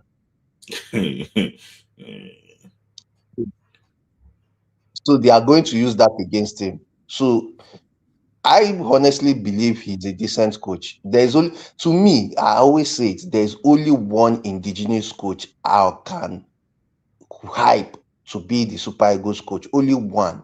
And the name of that coach is Ndubisi Ebo. That's the only coach. Who is the coach? Because he was the coach of FK Partizani. He won the Albanian League. He won that is the only coach. And I've watched their games. The guy plays a 5-3-2 system. Very, very aggressive type of football. But it's very effective. You understand? That's the only coach. Any other coach, I'm just, so I'm not even bothered about that. As for transfers, see, as Osimhen go Turkey, if Adebola Lookman go Turkey, I don't have a problem with it. Inter Milan did not push enough for this guy when they had the chance in August. So I don't see why people are not happy about the guy. He wants to leave Atlanta. Atlanta is a toxic environment. It's not his fault. Inter that he wanted to go to, Atletico Madrid, they had their chance. They didn't go for him now. So why the force? I'm happy for Murphy going to Porto. Porto, yes. Yes, it's a good move for him. But the only problem is he go play second fiddle to Samu, and it's a loan deal. Yes. It's a loan deal. Yeah. Although the coach, he has personally worked with the coach at Nice. Yeah. That was the coach that brought him to Nice, Farioli. Although, so you play second fiddle to Samu, you won't bench Samu. I'm very sure about that. But it's a good move. It's a good move. Another move I like, even though I've not been here before, I like Chibike Wanwu's move to Trabzonspor. Yeah, I like it. The guy I watched in Nigerian League. I remember when he came to play Akwa United. That time he was playing as a DM. This guy was, I mean, so many people praised his performance that time. This thing up, roll his sleeves up, like roll his this thing up. Yeah, I know that him. guy was a DM. I was surprised when he went to I was surprised when he went to and started playing as a defender, but he was a DM in this thing. Very good. I think they were beating 1-0 but that day, but his performance got the crowd, as in people were clapping for him that day, people that were on the stadium that day. So I'm really glad someone I watched in MPFL is already, and if he performs well in Trabzonspor. Your boy too in Leipzig. Yes, you see, that guy too, he didn't stay long. He didn't stay long in Aqua. It's 6 months. When Aqua United were fighting relegation, he came in and he scored a lot of goals, had a good partnership with Ubon Friday. That time when Ubon Friday was there. Ubon Friday is now in Rivers? Rivers United. Yes. Yeah, he's in Rivers United. Yeah. So he didn't stay for long. He stayed for 6 months. But that 6 months, what he did for Aqua United, that 6 months, we knew that this guy won't stay in MPFL for long. So I'm not surprised. They recommended him for Philly George. What do you think? They recommended him for Philly George. You say? They recommended him for Philly George to take him to. They did. Yeah. They did, yeah. They did, They did. So I'm very happy, But I heard he has an injury now, which is unfortunate. I mean, boy go hard with Yan Diomande and Antonio Nusa. On other wing, he go hard. That's first. That is good. Let him start first. Hard. He go hard because those guys are elite wingers. Because I watch Leipzig a lot. They are very, very elite wingers. So that's about it. Yeah. Please, people should go and read the FIFA eligibility documents, which says what and what. That is where you have to, please. Sometimes you hear some takes on Twitter, and I'm like, why are you doing this to you? Okay, even if you are lazy enough. Yeah. Even if you are lazy enough, continue. Download the document. Yeah. Download the documents. Take it to ChatGPT. Let them summarize it for you. That one no hard now. You understand? So that's about it for me. Yeah. Thank you. Our encyclopedia. We could call you say you said encyclopedia is maybe our local league analyst. I know say you are top in local league. Before you go, do you think Rivers will beat Dynamos of Zambia on Sunday? It's very simple answer. No. Based on what I watched against them in Zambia, no. You know why? Rivers United don't create a lot. Yeah. And they don't have proper striker. See, people forget that before there was a time when Rivers United they had a striker, Ishak Rafiu. Yeah. Who was very prolific. I think it's nice. They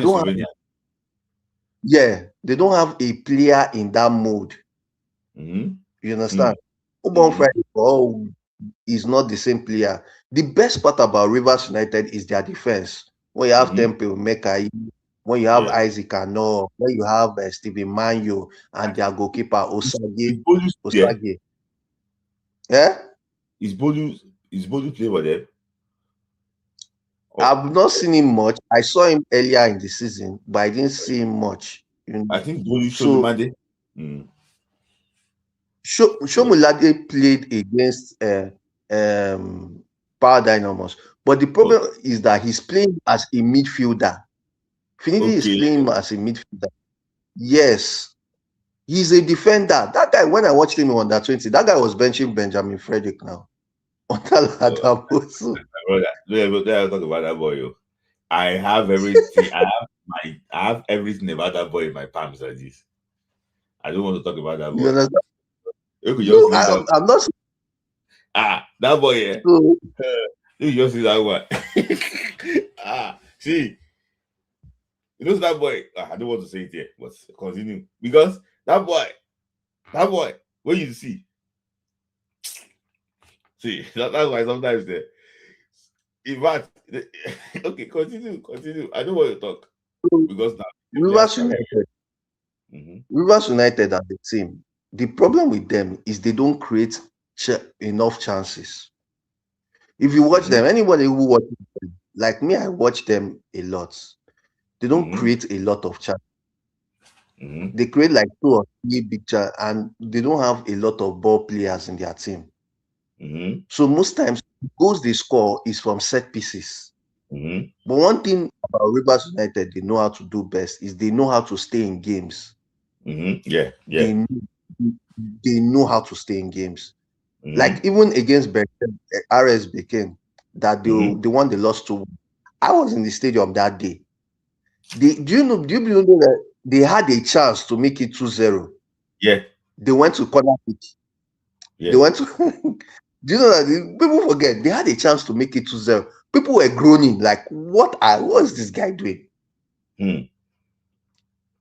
What's this guy doing?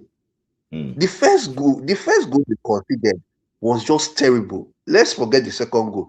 That first goal, that free kick that they called. I mean, everybody should have been defending for their lives there. It's the last minute. So that's for me. Rivers So I think United inexperience too from the Joyce too, because for me, I just think that I saw the game here. I was watching the game here. Say, guy, okay, and just slow the game down now. Slow the game down fully, because if the game is in North Africa, these guys will slow the game down. They will kill the time. The referee will blow. That is all.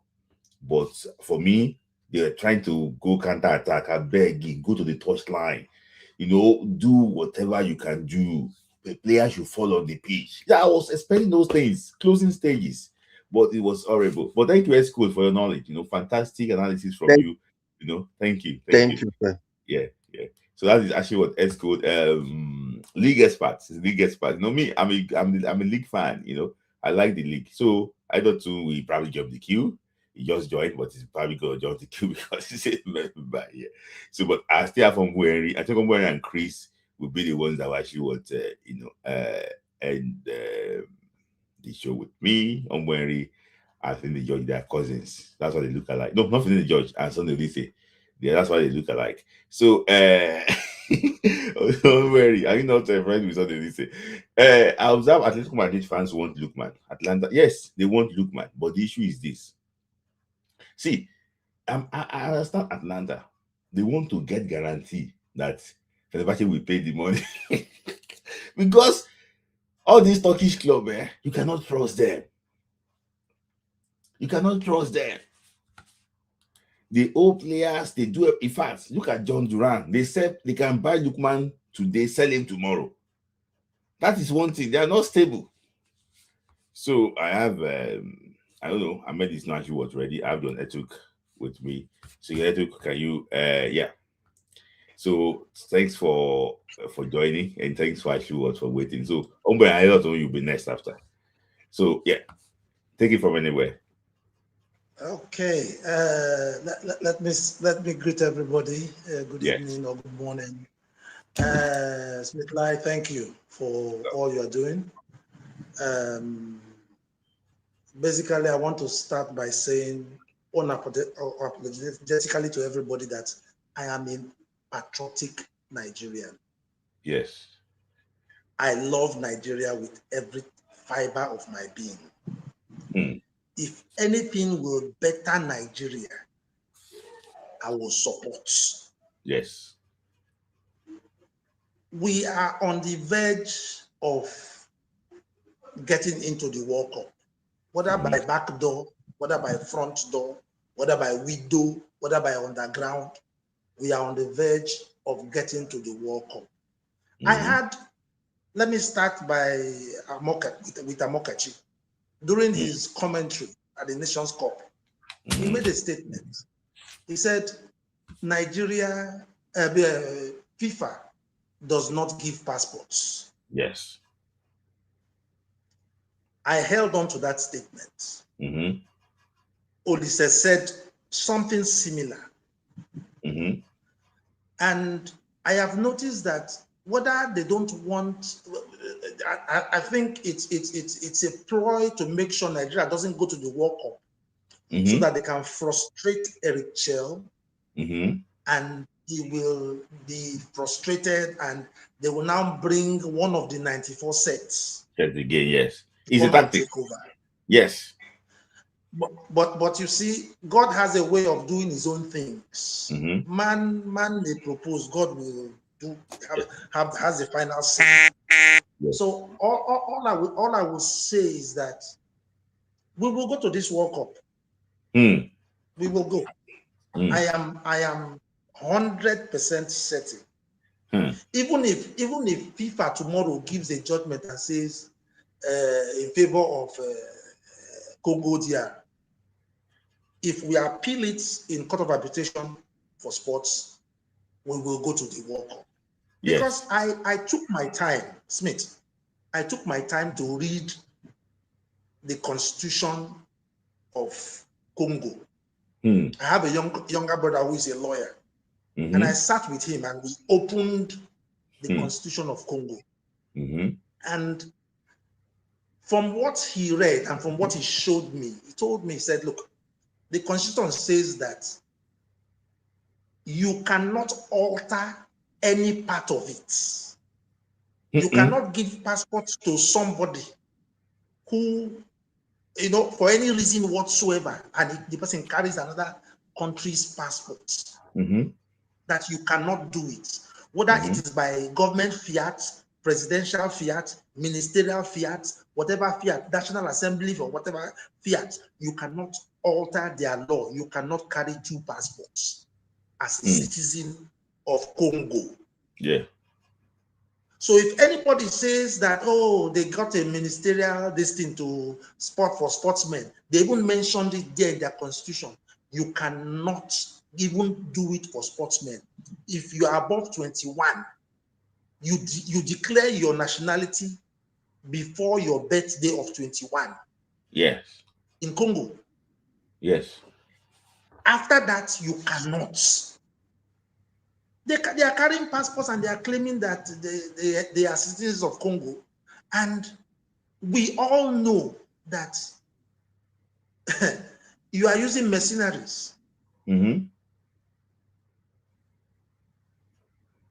CAF should be solid enough. I'm not even talking of FIFA now. To deploy their officials to check these things. We are a country with dual nationality. Yes. You are there in England. Yes. Somebody, you might carry an English passport and a Nigerian passport. Yes. Somebody can be in Afghanistan, carries an Afghanistan passport and a Nigerian passport. Our law recognizes it. But people like our 94 sets, I'm not saying all of them, some of them do not want the Super Eagles of Nigeria. It is not Super Eagles of Eric Chell. It is not Super Eagles of NFF. It is Super Eagles of Nigeria. We should be patriotic. Patriotic enough. I want to say something. One person that was championing Nigeria should not go to the World Cup later confessed to me that, you know what, if we didn't go to the World Cup, if things did not work well, that is when, we can do some few things. But if this thing is going well, it's going to be hard. That if I go to the World Cup, they will not listen to anything again. Is that World Cup, then go there their head. But if things are not going, opportunities can come and things like that. So I think these 94 states could be thinking that, because if they could be advertising the cash job, Amunike should come and coach now, despite the man doing very well during AFCON. So I understand what you're talking about. It could be sense of like jealousy. Yes, it's jealousy. It is a severe case of bad belly, and it will run their stomach. Then number two, I also listened to the interview. My son sat me down to watch Olise's interview with Amaju Pinnick. Yes. And I also watched another interview with Money Mitchell and one other sports reporter. Yes. And when that case of building stadiums was brought up, Amaju Pinnick dodged it. He didn't give a straightforward answer. But when I watched the interview with my friend, Ebiogbe, Money Mitchell, he said something. He said, where they took that pitch to is close to the Atlantic Ocean. He showed pictures of the place, how he deployed his equipment there to go and excavate and put irons. That the NFF is still owing him. Is it? I don't know how much $1 million, but for breach of contract, he has sued the NFF for 20 billion naira. And that is official. It's on video. It's if you check what's it called, YouTube, you will find it there. He's suing them for $20 billion naira. Now, these are the same people who, and he even said that day that even if you tell him to come back to NFF, he will not come back. That he has grown past that. He is now at the FIFA found him very important and very useful to be in FIFA. No problems. He used his position as NFF chairman to climb to that place where he is now. He's not the best brain in football. I would have preferred the Sheikh Odegbami, who is a better administrator. I would have preferred the Godwin Dudu Orume, who is a better administrator in sports, to run things in Nigerian football. But we turn everything in Nigeria to politics. Gusau is there. The one good thing he will do to leave his name written on gold is to pursue this matter to its logical conclusion.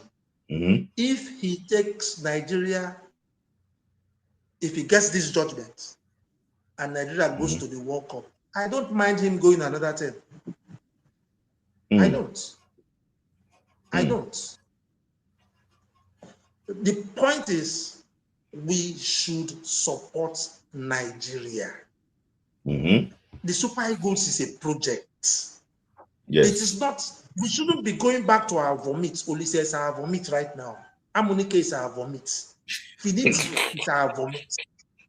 Yes, we've gone past them. Eric Chell is the current person who is there.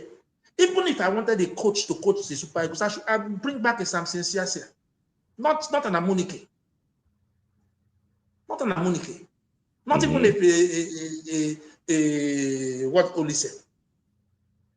Samson Siasia is a better coach. He's a better coach. Let me ask you a question too. Because the thing that out of the 94 sets that's called their badge, now only Amunike, no coach Nigeria out of them. So that's what they're thinking, that they want to support their brother. But is it Amunike has coached Nigeria in 8th grade football. Yes. So he has coached Nigeria. So let him be. If you must. People look at coaches and say, you must grow from under 16 to under 21, from under 21 to under 23, then from under 23 to Super Eagles. No, sir.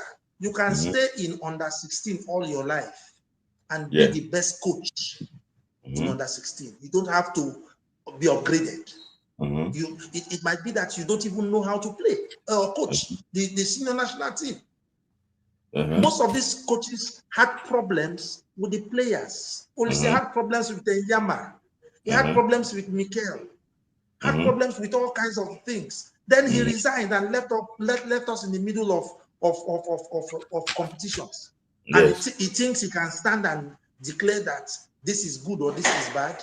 No, he's not somebody who is fit to coach or even talk about a coach of the Super Eagles. I can tell you that without fear of contradiction. We have come to a point right now that every Nigerian who loves football should put themselves together and support this team. Whether we are going through trouble, we support. Whether we are going through stress, we support. And people should be patriotic enough. I mean, see people come from all over the world to Morocco to come and watch Super Eagles. Yes. See, Mr. Agostino, let me say something. I remember when I landed, somebody came from Canada. They didn't even buy tickets yet. They didn't even have tickets to watch the game. They were saying, if they arrive in Morocco, they go find tickets to watch the game. Yes, now. To tell you, people came from different countries. In fact, it was so glorious to see. It was so good to see. To see that people love Nigeria that much. I was so impressed. My very good friend. Look at how they have rubbished our supporters club. It took these bloggers, fan tribe or whatever, fan tribe, yes, to begin to rally around even Moroccans to come to the stadium to come and watch Super Eagles play. I mean, they generated so much vibe that even which of these TV stations had to interview them and ask them why they are so passionate about the Super Eagles. I mean, why can't our players for once support the team without? I mean, Kanu Nwako came during the third place match and joined them in celebration. Okocha came. I know he had his daughter's marriage to conduct. Yes. So he was occupied. No problems. But the truth of the matter is that our older players should stop bringing our players and coaches down. We are tired of all this. All these shenanigans they are playing. If you want to make money, do it well. Look at Mikel Obi. See what he is doing. Yes. He is talking, but he's not pulling anybody down. Yes. If he wants to criticize it, criticize this well. Yes. And say this thing is wrong, and it is wrong. Yes. But look at Olise. What is he trying to do? That he has a voice in football. Yes, as a player, he has a voice. I repeat, as a player, he has a voice. But the truth of the matter, right now, Olise is toxic. He's the kind of vibe, the kind of spiritual vibe he's generating is not good for our country. My spirit was down when I heard Amokachi say the same thing. And they are pulling down Osimhen as if they are in competition over a woman. Yes. I mean, no. It's really bad. It's appalling. It does not tell well of where they are coming from. Yes, I mean, they too have their own stories. Let Osimhen shine. Yes, this is his time. Because another player will come. Let him shine. Let him come. So I just want to ask you just two questions before I let you go. Another one I want to ask you basically is that in summary, what is your take on Patrice Motsepe as CAF president?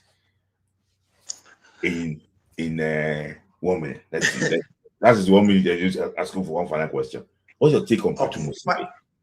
Patrick Motsepe, yes. Patrick Motsepe climbed into football prominence on the back of Nelson Mandela.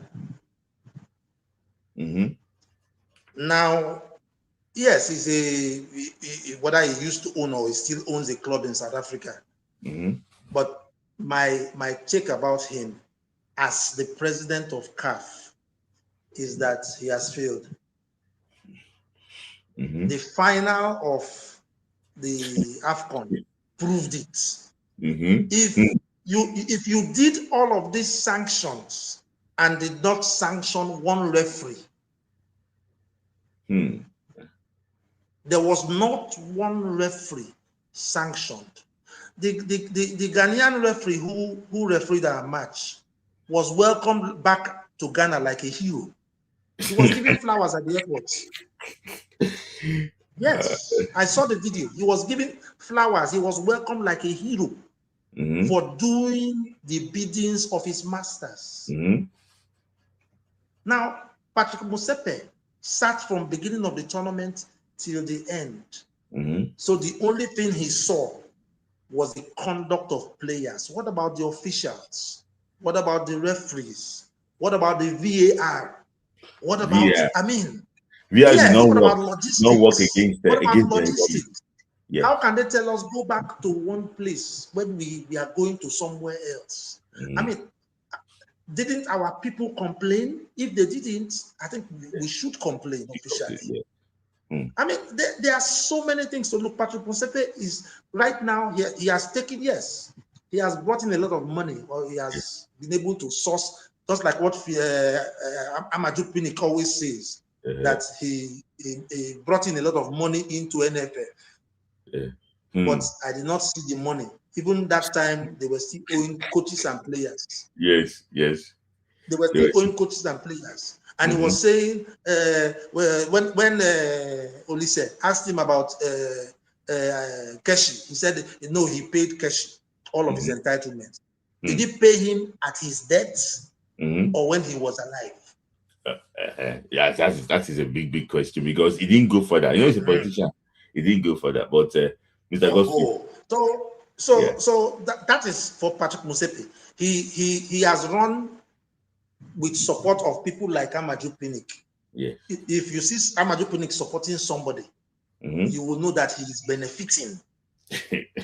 I want him to come out and correct me if he's not benefiting. I mean, nobody goes into anything without benefiting. After all, the program you are doing, people give super chats. Yes. And you use it to fund the program. Yes.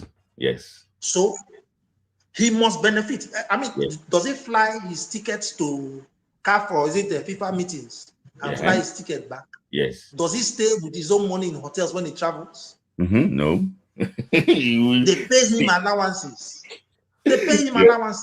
Yes. And he makes connections when he travels. Yes. And that is why I caught in that interview, he said he wants to build up his private business, his companies. Yes. Why is he building them up? So that he can get more contracts. There's nothing wrong in getting contracts. Yes. There's nothing wrong. But the truth of the matter is they are killing Nigerian football. They are fleecing us.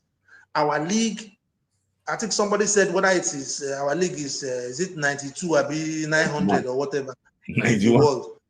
91.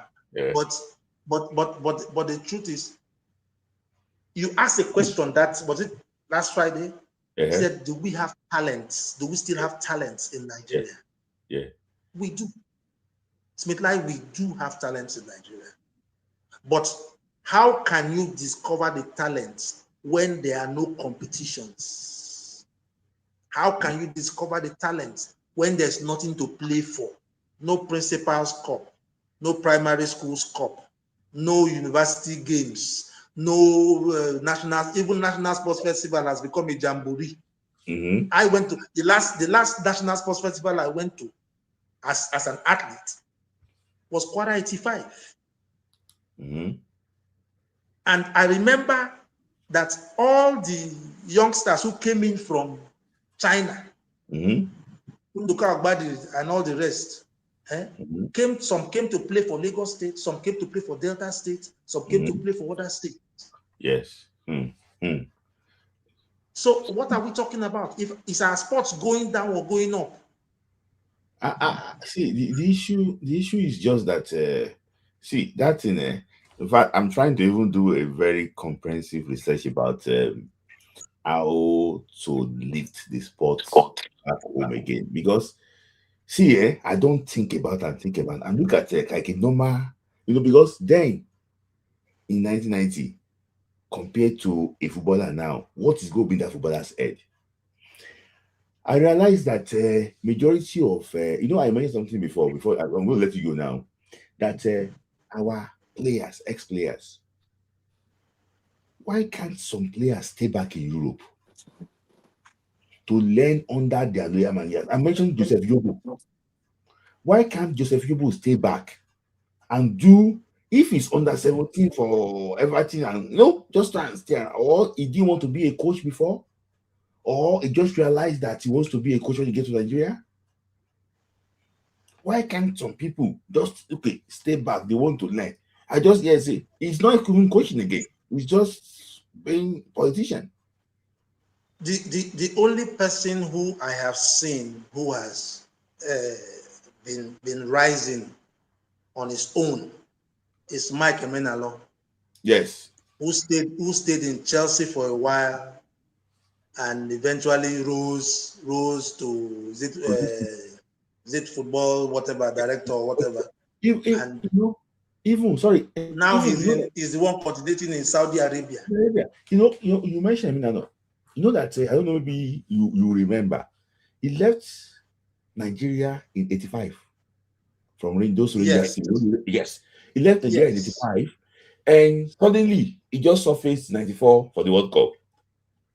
So because he was part of that, I don't know, maybe a player called Chibuzo Eyilogo. He used to play for Rangers. I know Chibuzo. So, they are part of those exodus. They just left there, but suddenly Emmanuel just showed up in 94. So I think he went to America then to develop himself, to do different things. Yes. Now he's back. Now he's doing well. I don't think he can come and say he wants to serve in Nigeria because it's above those guys there. He controls everything football in Saudi Arabia. That is, he's the head. Not as a consultant. Yeah. He was brought in, hired, and is being paid as the head of everything football in Saudi Arabia, their league, everything. That was why he was pushing for Victor Osimhen. I mean, there's one young man who contested for presidency of NFF. I think he came in from CAF. I'm trying to remember his name. That man. He said he's the head of security in CAF. Yes. He's the only person who had a plan during the elections. He came up with a plan. He came up with everything. What about but he didn't because he didn't give people money to vote for him. Nobody voted for him. And they brought in people like Gusso to come and run our football. Yeah, Gusso. Thank you. Thank God. Yes. Let him finish his job. He has an assignment to fulfill. Maybe Humble Henry will tell us what that assignment is. He has an assignment to fulfill. Thank you, Mr. Botu. Thank you. Thank you very much, sir. I appreciate it. Yes. I can't find Ahmed here, Ogino. Is Ahmed here? Ahmed, are you there? I can't find him here.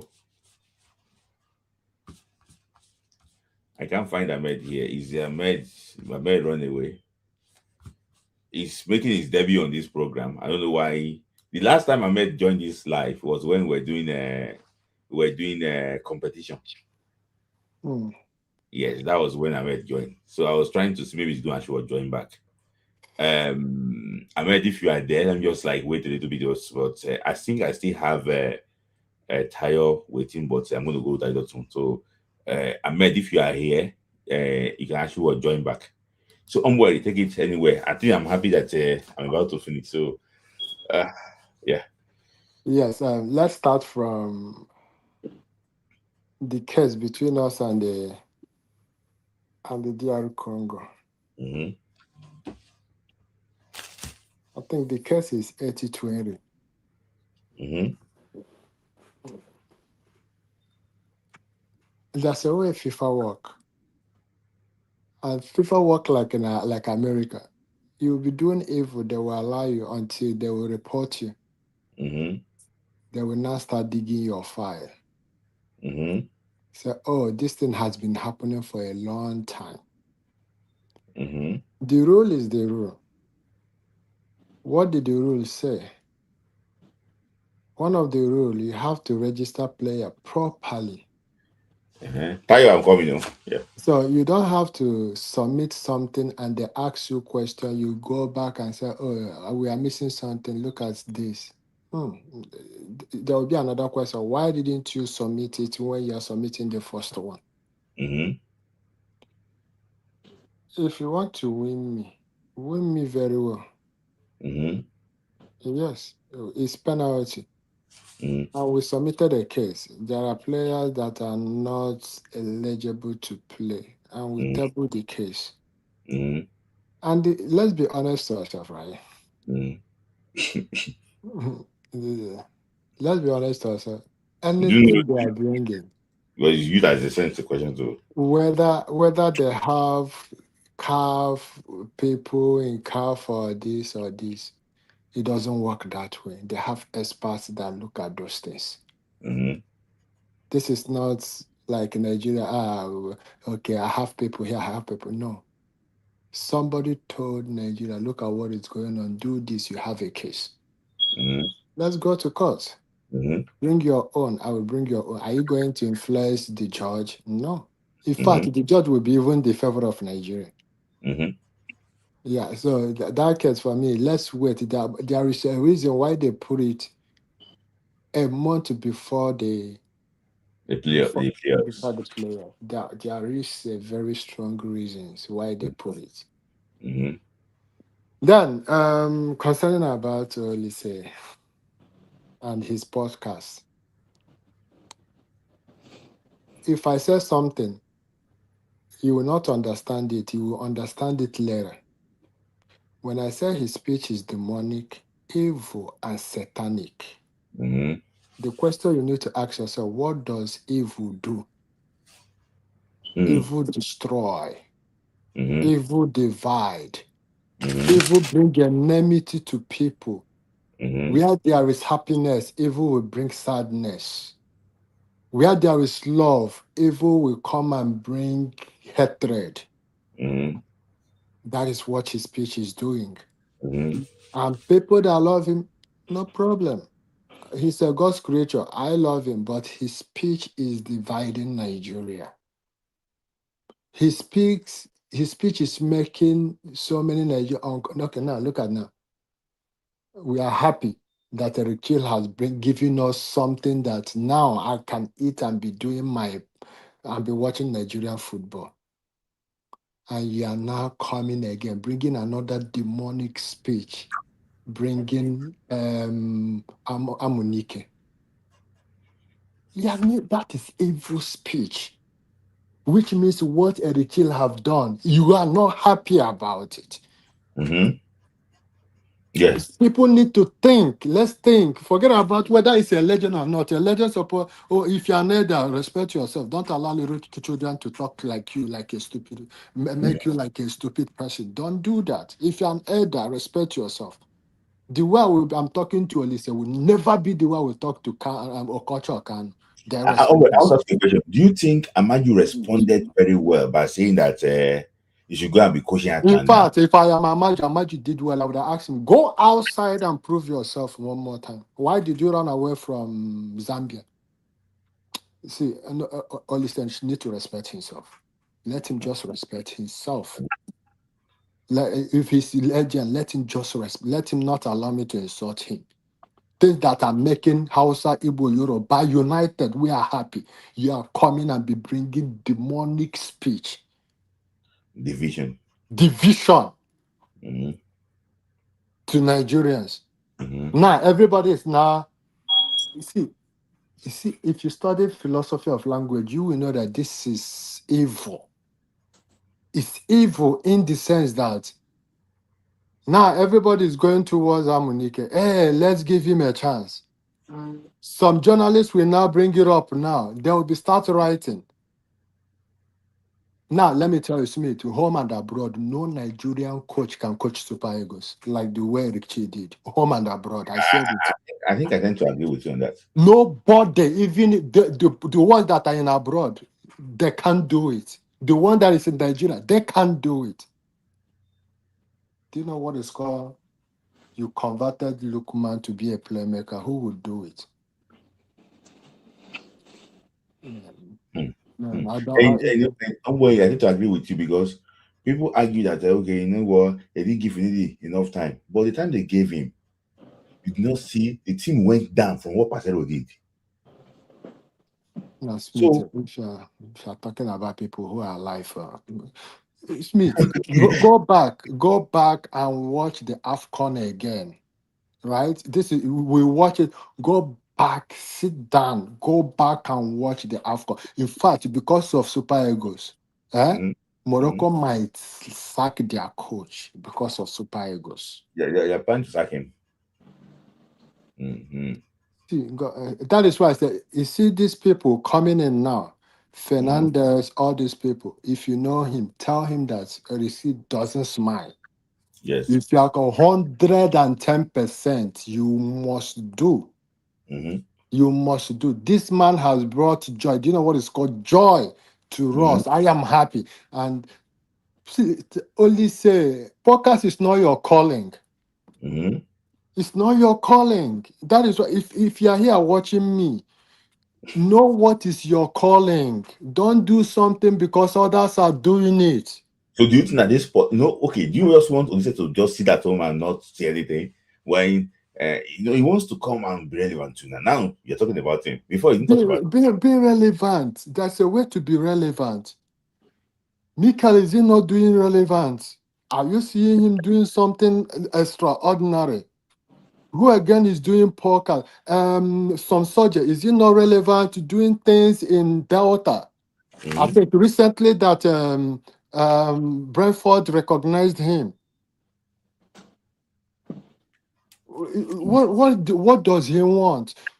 Being in the FIFA is already irrelevant. Why can't you focus there and do your thing? You are doing FIFA, you are trying to do podcast, and now they are telling you that if you say evil things, it will go viral. No problem, it will go viral, but I will insult you. Okay, don't worry, just wait there. I just to respond that he has a lot of things to say about this on the issue, but I know that I don't know, maybe he's disappointed or he's not. Yeah, thank you very much for having me. I hope and good evening, everybody. Yeah. On the issue of the Congo, Nigeria, I'm not going to say anything because in law we don't have to say it until the law takes its place. I'll just keep my mind straight. I don't want to be too hopeful. I'm a hope we dash. I don't want to do these things, so I'm just waiting for the verdict. Anyhow it comes. But now let me take it from the issue of the transfer. I'm not of the opinion that I don't know should go to Fenerbahce. If it was going to Galatasaray, I would say, it wouldn't be a plus to us because two of our best players and they are both strike partners. We play in the same club. Their uniformity will even benefit our national team. But going to Fenerbahce is not the thing. And the last one I read from Fabrizio that Atletico is trying to hijack the deal because they just sold Raspadori to Atalanta. So they might want to replace Raspadori. I wish Atletico can grab him. That's one. Two, Smith. My unapologetic affinity for the 94 cents. But be that may, anybody, I'm sorry to say this, anybody, be you international, be you international, be you anything, if you praise Amaju that day, I'm sorry, I don't respect you no more. Even giving him the opportunity to talk about platform, that means you have betrayed me. So I don't see, that's why I hate Arise when he invites me every time. You know, only said goofed. It messed up, really big time. Amunike, what's Amunike doing presently? See, I think that's the problem we have been having in Nigeria. Mm-hmm. You appoint people based on their current record, not on their past record. Some of us who were in primary school, we used Agbo was born in the town of Lagun, who is not far from Ibadan. Yes. But those that came after us, they used another textbook. You know, so let us appoint people based on their current performance. So why should Amunike be, why should be mentioning Amunike? And like Mr. Echuk said, not all of them. Because some of them, they're just there. They're doing their thing their own way. Mm-hmm. Mm-hmm. And the ones that are late, God bless their souls. Even when he is asked this guy about when did I say paid Keshi, only says, well, please, where's the proof? Where's the proof? Oh, because Keshi is late now. And see, his wife died before him. He's late now. And who did you pay this money? All his benefit to? See, all these selected questions that they ask all these people, that's why I don't like people that would want to question. If you know you are going to give them selected questions, please don't bring them. If you bring them, man, I'm not here for you. And you said something about our players, staying back in Europe. Not all of them, though. I watched Martin's interview with this guy, and Kase also told me, man said that he never tried to be a coach. I cannot be a coach. Agreed. They don't go near there. And not, you cannot tell me that you want to be a coach. And he was the jogging coach at the AFCON in Cameroon. He was the jogging coach. He was the one leading team coaching. When I was watching the Champions League, Man City versus Galatasaray, Smith, I saw the impact of Koloture with YBS. It was not just it's not just a sit down there. It's not just a sit down there backroom staff. It's it's an important backroom staff. Look at the way he was talking to players too. Now, what about our players? Smith, this guy, S-Code was talking about this Ego. I'll give it to him. He coached Billy's, he could to Champions League, I'll give it to him. But since then, he has not been doing well. The last time we coached him, 2024, I think we'll spend about just 1 month. That will do well. But kudos to him. At least he's doing something. Yes, he's doing something. Kudos to Emmanuel and Olaf Jano. Now, let me read these guys after retirement. Olaf Jano, his first appointment after retirement was working pathway manager for Wolverhampton Wanderers. From there, he went to Grasshopper as sporting director. As sporting director of Grasshopper, top European club, until later that Chelsea appointed him as the head of scouting for Africa. Meaning, you are aspiring to be there. Emmanuel today is director of sports on the Saudi Pro League. He doesn't want Saudi Pro League. These guys are doing well. This is why these two guys will not come and work with this Azameh, because these guys are going to stay their white shirt with oil, with red oil, with palm oil. So the other one, the other leave. So those of you that you want to do something, you want to be in coaching. See, I was reading something like yesterday. Somebody was saying that he loved Kanu as a volunteer, as a player. But Kanu has been one of the worst Yeah, I agree. Now, all the politicians, because we want to get gather favor from people, you don't want people one day. The young man never told you that he wanted to be an administrator. You just called him. Let's go and be administrator of the club that he played before he traveled for Nigeria. You just call him, hey, just for to get political votes. See, I think it's better. It's high time our ex-nationals and those are still playing now. You know, if you want to be a coach, please be in good terms with your managers, so that after your retirement, you can go there and study. Maybe start from under 10, before you know it, one club, probably maybe in Division 2 or championship will get you. I might even this guy, he's a company. Because what he did. So I think we still have a long way to go. But on the issue of Olise, you know how much I respect him, but on this one, and I would say in the spin and balance, he fought my hand. He fought my hand. The guy that said during the AFCON that his chair has won him over. Why can't you be speaking with two sides of your mouth? No. People that speak two sides of their mouths, I really appreciate them. We came here to be like me, you, Omweri. We condemn Parcero. But when he did well, we apologize. I called him a plumber, but we apologized.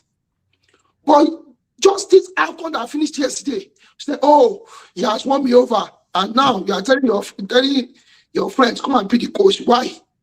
He has more pedigree or more good CV than Amokachi. Yeah, I don't actually agree with you on those things too, because there should be limit to everything. I'm going to ask you guys, a question in actually in 30 seconds. Unworried.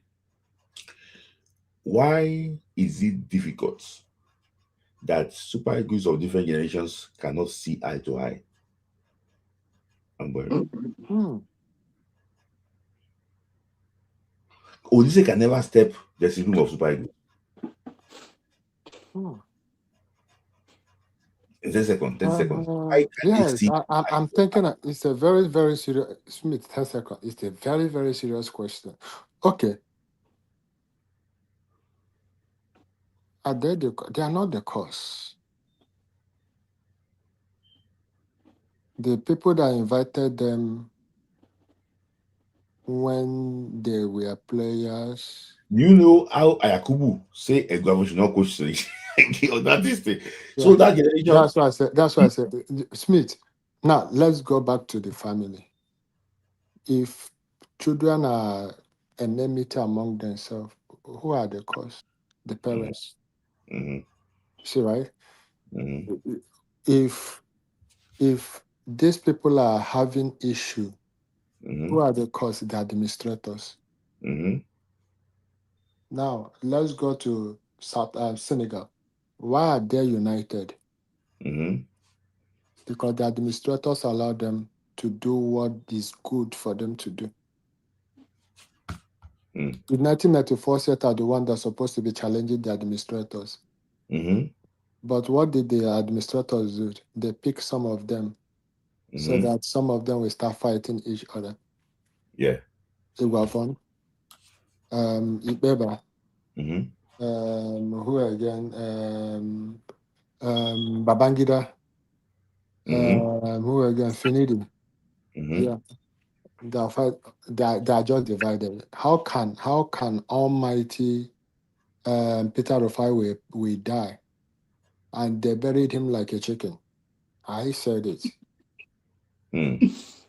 You see, so that is where the problem is. So, and I just 10 seconds, please, quickly. So thank you, Ombori, for your time. Fantastic analysis.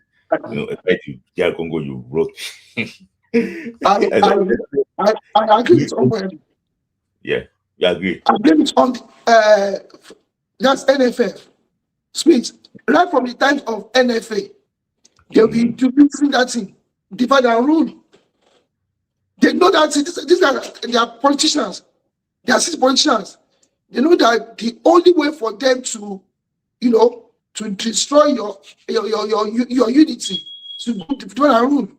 Because when you are united, you come, you speak in one voice to fight against them. When they divide you, you cannot talk. Okay, let me put a question to you directly so that it can be more clear. I will have asked somebody this question. Why is somebody like the former Chelsea player that you're talking about is not a friend with the former Sparta Rotterdam player? Why are they not friends? Despite they play underage, play super good together, why are they not friends? Are you talking about I don't want to. Why? I want from probably the one from Ibadan. Yes. I will say this, Smith. That's level. Okay. It could be level because Smith, we might be here be saying we have some of our friends that we grew up together that were coming up, but when they fail to catch up with us or to even try as much as possible to go a little above the ladder, we're like, man, level don't change, bro. Level, we never can rule that out of anybody. We're any childhood friends. They only met national team, not that we're close. Yeah. Sorry. I don't know before you go. Which already is still here. Well, where you don't go quickly. I know maybe Chris can talk about this, but at when if he joins, maybe probably he's still available. This thing quickly. I also in 10 seconds. Anyway, says something that same NFF has also harvested some of the journalists that used to speak against Amanju. Most of the journalists now work with Amanju Pinnick. I have told you honestly, like most of the journalists they that are being owned by politicians. I'm sorry, I have to say this from a very reliable source. You know that Amanju is related to the First Lady of Nigeria. Now they are all looking for favor. Also, like when you are banking NFF, banking on going to competition with NFF play. Today, Amanju is a power broker in NFF. So they all want the good side of Amanju so that they can always have access to go to competitions. And the man, I'm telling you, now this regime is well connected. So everyone wants to be in his good books. That's why they are not changing. Thank you, Edozo. Thank you for the time. At least you broke those questions down. You answered them. Thank you, Edozo. Always a pleasure, talking to you. So, quick, let me just take super chat before I take my organ making his debut. Is it debut? Yeah. Can you hear me? Yeah, I can hear you. Let me just take some quick super chat. DD at plan now. If you don't know, see the issue is I think he's referring to I don't know, NFF consultants. See, I always say something about leadership recruitment. We must know who we are putting in a position. We must know the CV of who you want to put in a position. I cannot come here and be shouting on Instagram, shouting online, and you want to go and make me NFF president. You don't maybe have the capacity to even perform. You must see my resume. What did I even do before? Is it just come and shout here and you want to come and make me super good coach or NFL president? No. From now on, we need to look at their resume very well. Recruitment is very important. And I think that we need to look at that one. It's not being an activist. Sometimes most activists doesn't become good leaders. So in our opinion, I think that we need to look at how to recruit our leaders. And that's comment from Chelsea. I was He said, I was today, yes, I was years old. So when I actually was found out that Nike paid Amaju 21,600,000, 21,600,000 dollars, not even counting the World Cup participation fee in 2018. Even we don't prepare with kids. See, the issue about the Amaju kids, if Guso did not take him to court to go and answer all those things, now him sabi. But for me, I think it's slightly sketchy because when I realized that the jersey that Super Eagles money wears is different from the one that some of our age grade people they wear, because those age grade then I see their own are from ABBA, but the one Super Eagles are the main one. Well, it's only a man you print that can actually explain that to us because he signed that day. I won't be surprised if Brian Guso will change from Nike to Puma. I won't be surprised. So another comment from Charles said that if Amuneke wants to actually prove himself, actually he should go to Raymond Stars. He be Ijabo, no there. So that will require Amaju needs to actually be arrested for his crimes. I think so too. Another comment here, he said that how many players that won the World Cup for their countries feel entitled to coaching the national team? That is it. But this 94 team that just too entitled. So yeah. So Ahmed. So I have Tayo coming on. The apologies, Tayo. You have to stay long. Tayo and Zizo. Then I wrap it up. So Ahmed, let me hear from you. Good evening. Down here. Yeah, I can hear you. Yeah. This is my first time, and yeah, you're making your debut. I don't get bad here. Almost everything I've been said, and the only thing I want to talk about is about Olise and the 94 sets. Mm-hmm. They said something about respect, but to me, most of them they lost respect a long time ago because most of this young generation can't this is my hero or someone I look onto. Like Osimhen, he says, who he looks onto is Drogba. Mm-hmm. If you ask most of our players that plays for the national team, is not our legends, the so-called legends, because most of them are novelty matches, brown envelope, and different kind of party, APC, PDP, ADC, unnecessary things, which doesn't make sense. You don't mix such environment into football, which doesn't make sense. And you asked a question about will our legends be able to see eye to eye with our current players in the dressing room? They don't command the respect like the late Keshi. That's what I'll say. They don't command that respect. You can't expect Eguavon to go to the dressing room. What is he going to say? You can't expect Amunike. Maybe he has one or two skeletons that most of those players don't like. Will they respect him? That's the issue. So sometimes, for me, I grew up in the military environment. When it comes to hierarchy and respect, it's always there. But when you bullshit it, it's gone. It's gone forever. And there's nothing you can do. You can't change it. Mm-hmm. That's just my take for the day. That's the only thing. But most of the things have been said already, and that's just my own submission. Yeah. So and you said it right too. It's about respect. And I don't know the reason why Senegal could keep their legends together and Nigeria will find it so hard to keep our people together. I don't know why. The unity. When Hadjioff comes around, he plays and jokes with them. That's a legend already that plays for Liverpool. So he played for Blackburn, and the warmness is there. He's not forming. The only person I know that can do it for feel free with them could be Okocha. He has no time because most of the time he likes to do one or two businesses that he's doing. Yeah, that's the only person I feel that could go there. Okay, this person he did like this. He's good. Now, person that don't make us smile for football. Yeah.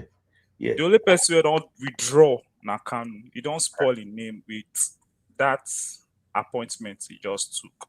That's the only thing. I want to ask you a question.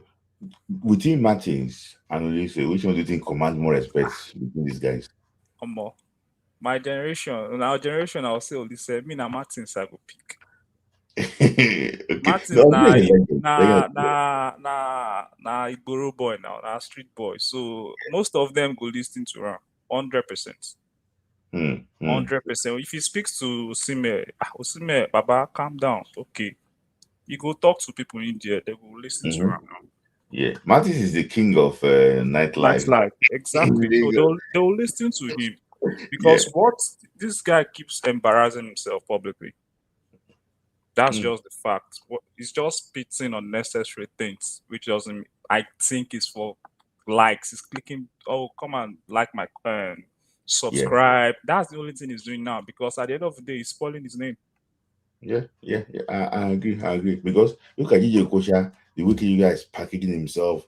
You don't see him in any controversial this thing. Even when he made comment about Victor Osimhen, he was being careful with the words he actually was chose. So for me, I also think that these guys just, I know some people like trouble, but I have to say it here. Now, I think Odise should just take it easy on these boys. And we don't say you don't try for Nigeria. He even came ahead. He said that Mikel is not. He has not done anything for Nigeria. Like, he also won the AFCON. You can imagine Mikel did not even answer him. No answer him. That's one thing. You can imagine who is going to command respect using Mikel and Ulisse currently in the Super Eagles dressing room. To me, it's Mikel. Mikel. I think so, Mikel. So thank you, Ahmed. Thank you. I hope that we see more of you. I mean, you've a fantastic personality, you know. And my in-house caucus always there, you know. And nice to see you joining, you know. I've been waiting for these days that you know actually will come up one day. You know, not be the text, you know. Thank you very much for your time. Thank you. Yeah. All right. That's actually, I mean, that's one of my people, you know. You know, nice to actually want to see him actually want to join today. So I have Zizo, and I don't know, maybe Chris just want to come and say final words in 2 minutes, but we're going to talk about Zizo and Tayo. So guys, you have 2 minutes to talk about this. Tayo, I know that you're already working on computer, resting, doing yeah. But thank you. Am I audible? Yes, you are. Okay, thank you very much. While I was doing that, I tried to jot out my points so that I wouldn't take much time, so that I can make it bullets. Okay. Now, there's something I've noticed about. We've talked about the '94 thing, and a lot of our our superstars, even as old as the ones of 1980, and some veteran sports journalists, there's a serious conspiracy against Eric Chell. I have watched a lot of podcasts where they are so adamant and pushy for an indigenous coach, blindly to my own surprise. Only few of them have given their support to Eric Chell, and it is even based on this AFCON performance that I now see that they are doing that. When you see them throw these salvos that they throw, you know, you see this one, throw this one this week, throw that one, they are trying to change or skew the narrative out there in order just to throw out Eric Chell by all costs. And you see the last one by Olise trying to poach Amuneke. What kind of crap is that? You have a coach who will think, the narrative of Nigerians think that he's not doing bad. In fact, I even heard somebody was trying to make means of the third position, the bronze that we won in the AFCON. Yes. You know that, okay, some people have won it before, so there's nothing he has done. In fact, the last time we got to final, we didn't get to final this time. But you have to put things in context, for God's sake. This man did not even lose the final. In fact, he didn't lose the semi-final. The same thing that happened this AFCON happened the one before. Just that the lottery of penalties favored us the other time. I did not favor us this time. We played penalty against South Africa also, and we won that one. If you had won this one, we would have been in that final. So what are they trying to say? But let's leave that aside. One thing me I've seen is that there's a conspiracy out there. But one thing again is that this our especially that '94 set, they have entitlement mentality, number one. Number two, they all should know, all of them should know that they have had their own time. This is the time of Osimhen them, and let them do their own time, for God's sake. It wasn't the time of Amokachi. Amokachi was untouchable. Yes, we all saw it. Is it Olise? Who won't talk to Olise that time? That time, in the show, that's what they say in the General Palace. Yes. In the streets, now in the rain. Yes. It is this guy's time. They are raining now. Please allow them. Let them drink water. Let them drink small water. They may have their excesses. You all had your own excesses during your time. There's a way to correct a child. Don't push them under the bus. That's what I've seen that many of them are trying to do. Yes. And remember, that 94 team, they are known as Kaba. We know what they did to Yekini. Yes. They were the ones that made him look like he was not a striker. In fact, I heard one of them trying to say, remember what they did to Yekini, this and that. So they are trying to say, don't supply Osimhen too, just to show him a lesson or what? What kind of thing is that? They are even the ones showing division in the team. So those people, they just have entitlement mentality. And if you look at them, I don't want to be mentioning it, but we know all these people are the ones we have all been mentioning since. All of them are just around that NFF.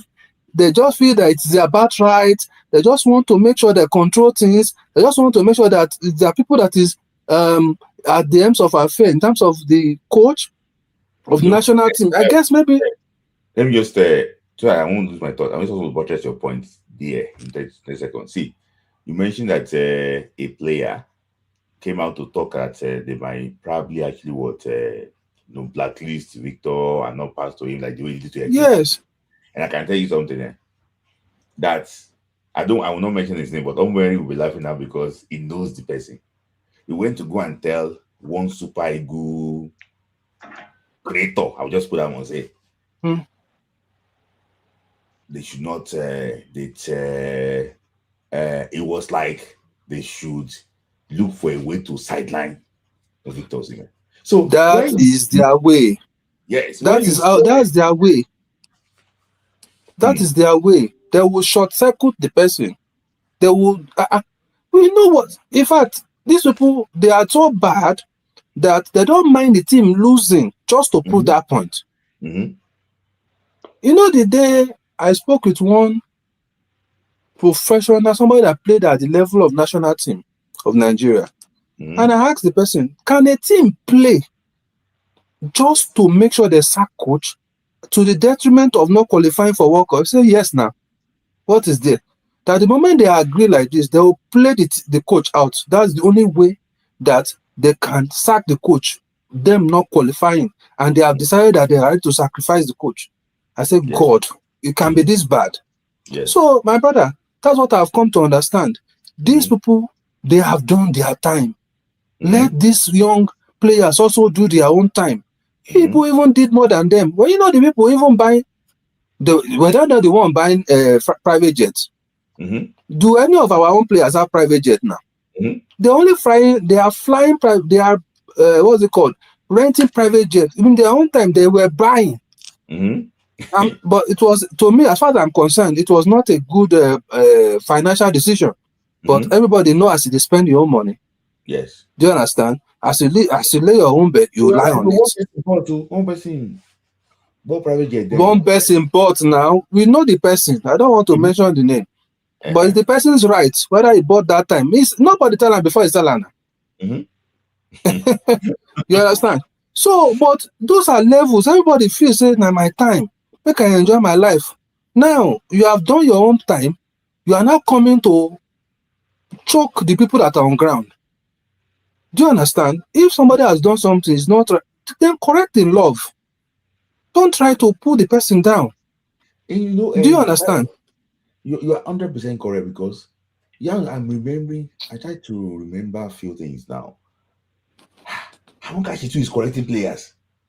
Amokachi. I didn't want to mention his name before. That's the mafia now.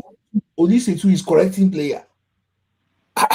These guys are good then. So now we don't enter into the final, because that's the truth. All these people are quality players. During their time, we know they were untouchable. These guys were untouchable. As in, see, this guy talks, say, when he comes to Bible camp, Emmanuel Gogo, that all the time, Amokachi gives him attitude. That is like, this guy is coming to take my shirt. It gives him attitude. It's never like it wasn't actually welcomed then. He said it now. It is the same conspiracy we are talking about. Do you understand? And when you talk about respect, let me tell you something about respect again. Respect is reciprocal. That's one. Somebody can respect you just based on reciprocity. Somebody can respect you because they see you as somebody that they can emulate. You talk about Osimhen. I've watched one video of Osimhen that, apart from Drogba, he also mentioned 2 other Nigerian strikers that I look up to. He mentioned Igalo. He mentioned Obafemi Martins. Yes. Do you understand? He mentioned that when he was talking about the goals, number of goals scored, beating this Yagrashudi Yakini, this thing. He mentioned those 2 people that he looked up to. He looks up to them. Do you understand? It means that these people also have an impact on his life. These people have also encouraged him. After all, I've forgotten that the first AFCON that they brought Osimhen, he didn't perform. He was a young boy trying to find. That time we had to rely on Igalo. But today, yes, you understand? We have to rely on Igalo at that point. But now, everybody is not relying on. It is time. That's number one. Time is everything. They should allow these boys to rest, I beg. And they should leave that 94 set. All of them should please allow NFF. I think those people, they are also overbearing. Yes. That's it. I don't want to be mentioning them just to be fair to them, because they have made us happy in the past as, past players. We have all, I've been happy with the football. They played for us, the sacrifices and everything. Based on that, I would not want to start mentioning this, but they know themselves. The Nigerians are watching them. All this narrative they are trying to spin to make sure that it is as if they want to put their own people there, because we know all these things. When they put their own people there, definitely they can influence the players that come to the team. Yes. Those are part of the things, how it works. And if the player comes to, somebody was really criticizing, why was there no person from the MPFL? For God's sake. We know the way our league is currently. Who is going to make that team at that time? He didn't pick any MPFL player except John Nobu, top choice goalkeeper, when he himself was the coach. So thank you, thank you for your time. If I take one from you. No, let me quickly say something again. People must know that there's difference between a manager and a coach. Now, one of the things, many of those people you mentioned, Olise is a good coach, but he's not a good manager. The same thing happened with Amokachi. He lacked one of them. Amoneke they are talking about is a good coach. He has tactics. Amokachi is a good coach. Amokachi is not a good coach. Amokachi is maybe even be more of a fair manager, not even good, but not a good coach. Amoneke is a good coach, but not a good manager. Yes. Keshi is both a good coach and a good manager. He has proven it. Now, one thing that people don't know is that it's even better for you to be a good manager than to be a good coach. Because you can have people in your back room that are doing the technical work for you. But you must be a good manager. But now, we are now lucky to have somebody that is both a good coach and a good manager in Eric Chair. And some people are saying that we should allow him to go. Holy Ghost fire. I won't say more than that. And before you leave, I don't know if you have any other things to say so that I will just. Final one. It is on the transfer. Yes. Transfer issue. They are saying, people are saying, Ademola Lokman moving to Turkish league, this and that. See, I believe in something.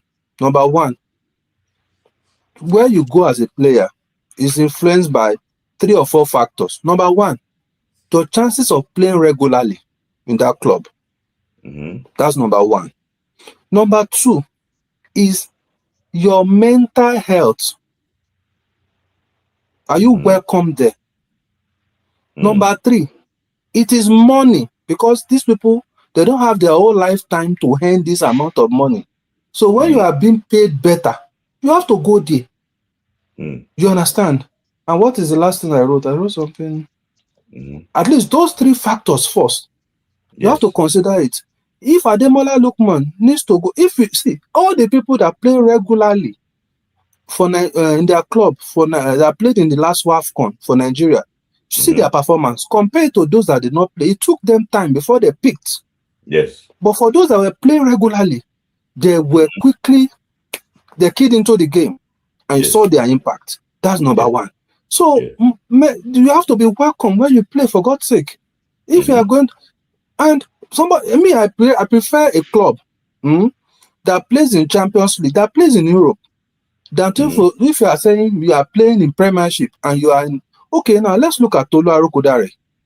Are we saying that would not have been better for Tolu to remain in Genk or to even be playing in Club Brugge, than to be playing in that Wolves? In the name of I want to play in Premiership. Yes, because Club Brugge would have been better. Would have been better.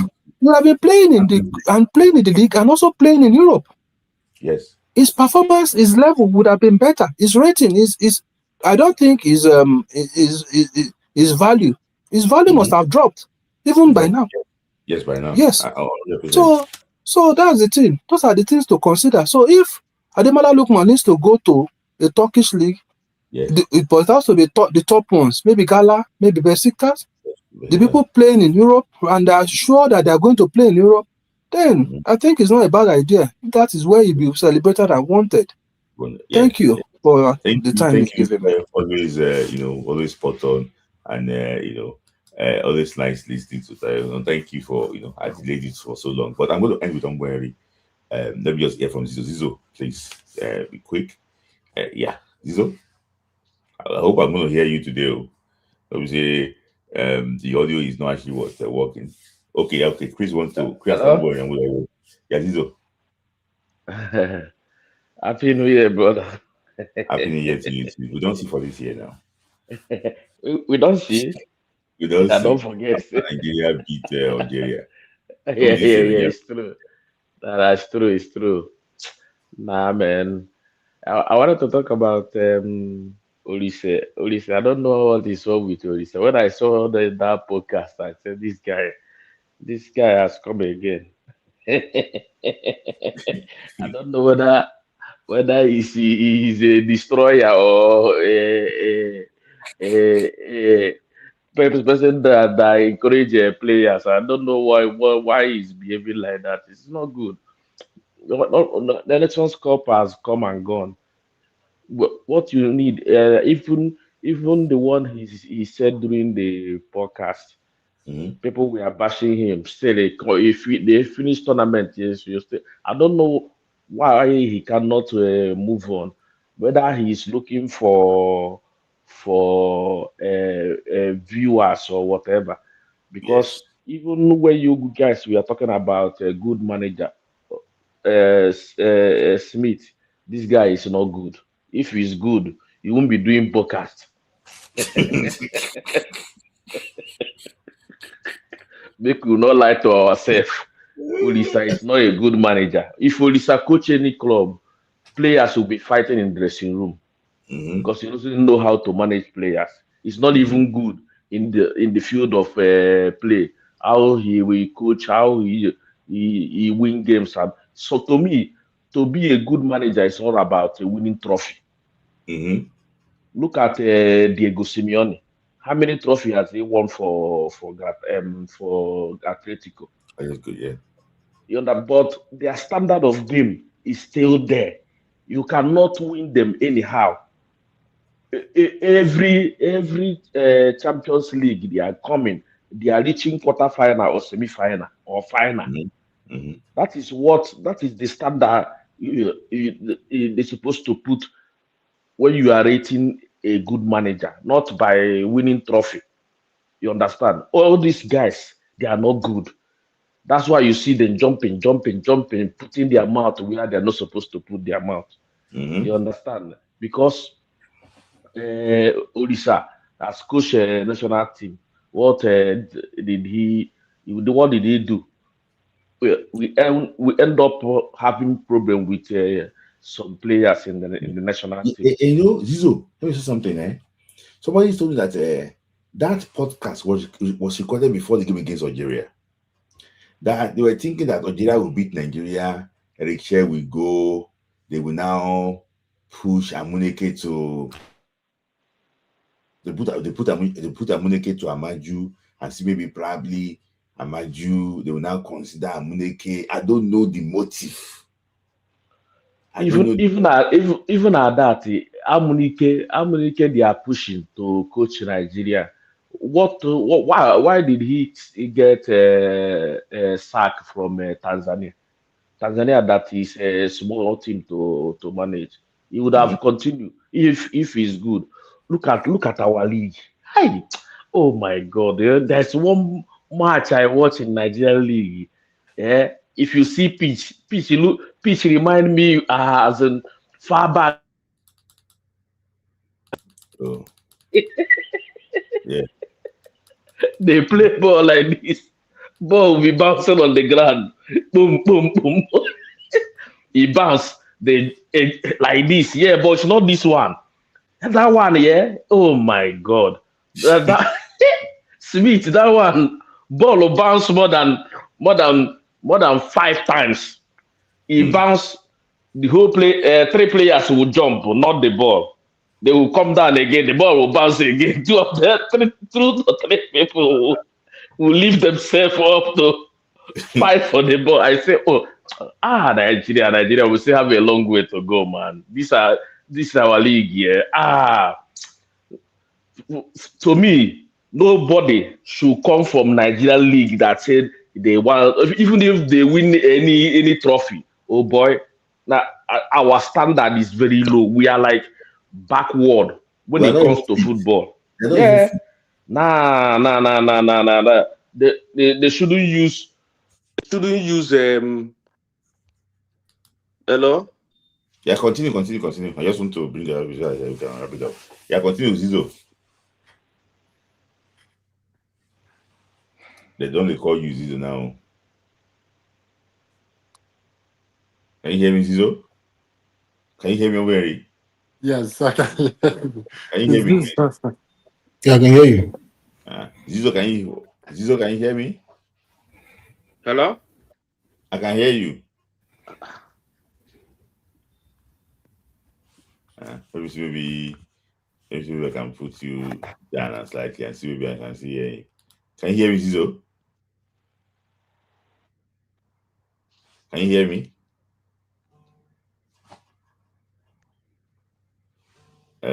I think we lost actually what the Zizo slightly. It's Nigerians. I think it's always busy, man. You know they work. Zizo, I think I can't hear you, so I'm sorry. Maybe probably you can sort out your audio. I don't think you actually want to hear me. Chris, so let's just wrap it up quickly. You've heard it somewhere, you've been listening from different contributions, and I don't think anybody supported something they say. No, you mentioned somebody like a journalist that have been paid. Yes. See, those journalists, they can't talk anything because they will book flight for you. They will give you letter for you to go and do matches. After doing all those things, if we the fans, I call myself as a fan, talk against the NFF or against the journalists, they will be angry. Why are you angry? You're supposed to be happy that I'm exposing what is going on in your department. You don't have to be angry. Okay, look at Shino doing his own thing. Even self, he challenged Olise. I saw this thing on Twitch. What are you talking about? Shino? Shino, what is his name? Is it Shino or what is I have forgotten his name. Is it Shino Peter? What is his name? Peter. I don't know his name. The guy that took Oshime. You're supposed to know he's a journalist. I think he's with the Netflix. I know what you're talking about. I think you're talking about Shino Keleji. Yeah. These are the people. If they talk, they are not they are fearless because they are not collecting money from any of these people. And even if you are collecting money, if you collect money, say the truth. The social media is there. YouTube is there. If they're giving you money, collect the money, say the truth. If they stop giving you the money, use YouTube and make your money. And say the truth. That's what people don't know. They gave you everything. YouTube is paying. Instagram is paying. Monetize it and be firing them, doing this. You see, Mobike, are you telling me that Mobike is not getting enough money? Getting enough view? But you who are trying to defend that this, you don't want to talk about it. You will be poor. Let me tell you something. Nigeria likes system. If anything that's anything that is free, that you don't have to sweat for, that is they won't shop one money somewhere. The Nigerian likes that. I won't say Nigerians. I just like some people who would like that type of thing. So even if they have the means to make money, but they hear say NFF want to bring more money out, they will jump into it. So it's not. I think it's the issue of mentality. Sometimes, I think the issue of mentality sometimes. So, another thing. One more thing is this. Concerning about Lukman's situation on transfer. If Atletico Madrid will come immediately, I will be the happiest person. Going to Turkey, I don't have problem going to Turkey, but the question is, are you going to win trophy?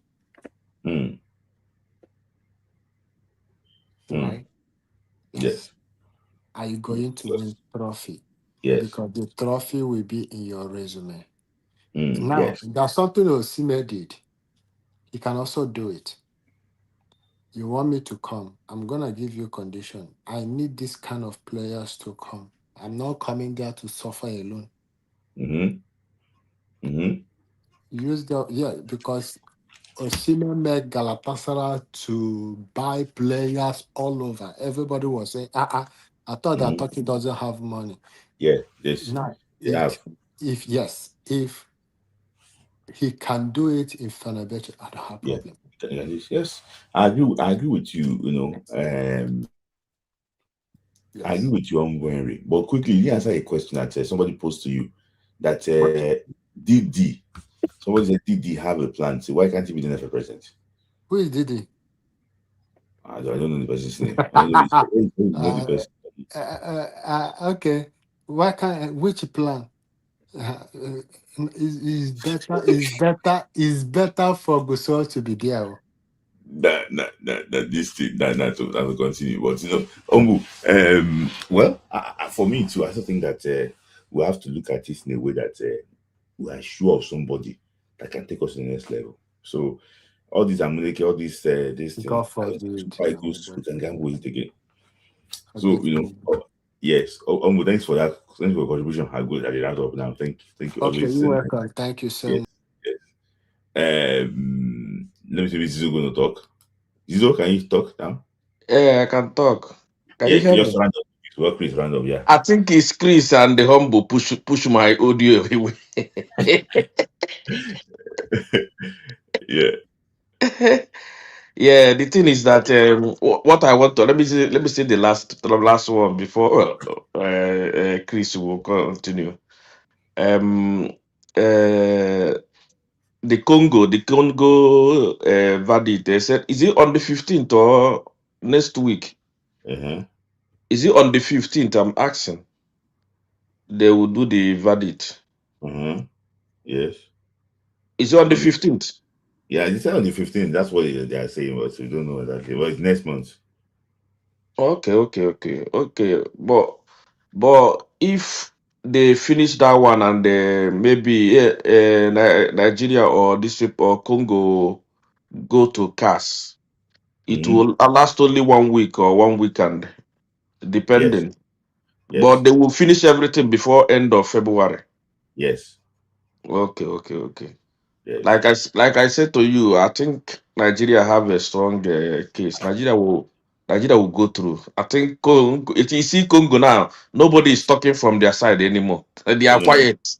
They're quiet again. All those Jeff Katala, all those Ilunga, everybody's just quiet. Because I was just hearing, Jeff Katala keep on talking. Yesterday, he talked about it again. Jeff Katala just keep quiet. He said that he went to go and report us. Now we're waiting for judgment. We don't know. We are not sure of maybe to play. No, like the way he was just talking, I was like, Jeff, just keep quiet. No, they are quiet. I think they have known that they have seen that the evidence presented against them is very strong. They believe Yeah. that use those players, they might not go through to the World Cup. Yeah. So that's it. Thank you, Zizo. Thank you. Have a nice. Welcome back. Yeah, thank you. Take care. Yeah. So, Chris, you've heard what everyone actually was said from beginning to the end. Any addition, subtraction? There's not really much I'll say, but just to go back on that, some of the stuff. I just think he's just trying to, another thing again with them trying to push Amunike and all the agenda they have is that, and also him trying to drive traffic to his podcast. He's probably seen what Mikel is doing with his podcast and see how huge Mikel's voice is now getting in the football community. So he's trying to do also have the same thing, but me, all I'll say is this is that, some of this, because I remember during the AFCON, I saw him talking to Akko Adams and some players. Yes. You can tell like these players, the way they were listening to him talk, the way they were looking at him, you can tell like they have respect for this guy, as a legend and the stories they had, watching him.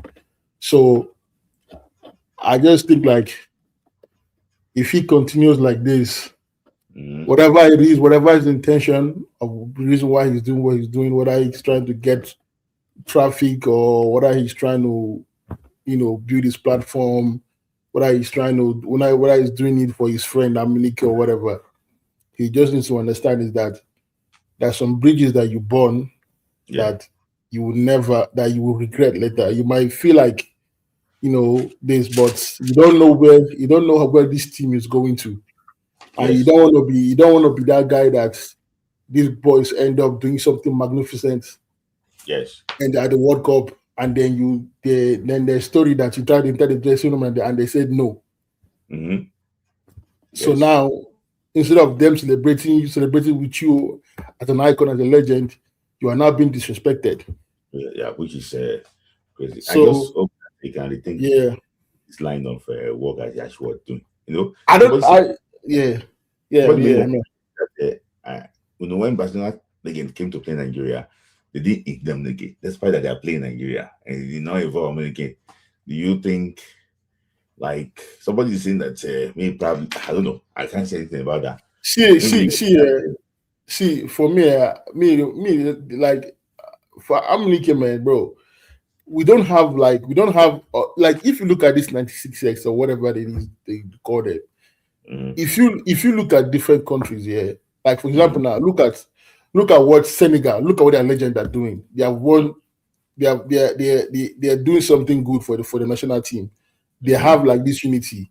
Like if you look at other countries, for example, not even it doesn't have to be Africa, but I'm not saying like big footballing nations. You see their people doing things that try to help their football get better in a better place. But when you're trying to, I don't know why these guys feel like because of something somehow they need to be given the job. No, and I keep saying it. I keep saying to all these guys in the federation, to Dico, to all these guys, if you really want Nigerians to stop talking shit about you, don't keep knocking at these guys' doors. Go look for people there with qualification. Give them the job. See, Amunike, he did well with under 17. Maybe that's just how it's supposed to be for him. Go get under 17 job again. Maybe your role in this whole thing, in the grand scheme of things, is for you to unearth those talents for us. Maybe that's what God has put you in this place to do. Maybe there's some coaches that they are not going to coach the national team. They will not coach. Maybe your own is just to find those talents and send them up. You doing that is enough. It's also a great achievement because all those players you help unearthing, those players you keep like you're finding for us that's helping us to build a super national team. It's something that at the end of the day will also bring respect to you. So there's no need for this hurry to go. I want to coach national team. Maybe they give you the job now, you do horribly bad, and then what happens? Yeah. So go get on. You should go get the under 17 job again. Yeah. Go do it again. For the 17, maybe under 20, go do it. But all the same time, you feel like you want to do is my turn. I have to coach the spot. Goes no, it doesn't work like that. And if you do it like that, if you try to in this life, if you try to force something that's not for you, it will not end well for you. And we have seen it so many times with what's his name, Guavon. Every time he's trying to force it, it doesn't go well for him. It doesn't go well. So I also believe too that it needs to take a shape. But longer is here. But thank you, Chris, for your time. Always find time to actually join. Spot on, especially the Jaro Congo matter. I mean, I'm going to call it that. People, it was fire. You spit fire out. And you talk sense to Nigerians too. Please, we are not. If it gets Nigerian matter, we must address it directly to Abegi. Please, not shortcut. It's not. If it's Nigeria, it's also we could leave them. South Africa took Ghana to CAS. Last World Cup qualifier. South Africa took Ghana to CAS because the penalty was awarded. It wasn't awarded, this and that. They took Ghana all the way to CAS. So when it's Nigeria, we talk saying, don't worry. Thank you, Chris, for your time. Thank you. Thank you, man. All right, cheers. Yeah, thank you. Always nice talking to Good night. Fantastic football analyst, soccer encyclopedia. Guys, that is that for today. Another long show again, but it's not 4 hours today. 3 and a half hours, almost 10.5 hours. But thank you guys for your support. I want to appreciate everybody that actually was sent super chats from Benny K to Charles to Connect to God to Bushe to Carlo, to everybody that actually was supported this program today. It's another Friday Night Football Club. Thank you guys for joining. And I think we are just a week before the decision. Then we're going to come and break it down. The NFF is holding tight. There's no friendly game yet. Looking for that, I think if I'm to judge, I'm not a judge, I'm not a lawyer, but I think they're on the right track. That's my opinion. But it's going to be like a long journey. I just want also prepare the team very well. The coach already, they are doing their bit and see exactly how to look for, to prepare the team for anything that's going to actually what happen in March. I remain your host, Smith Lai. Thank you. God bless you. God bless Nigeria. See you again next Friday. Thank you.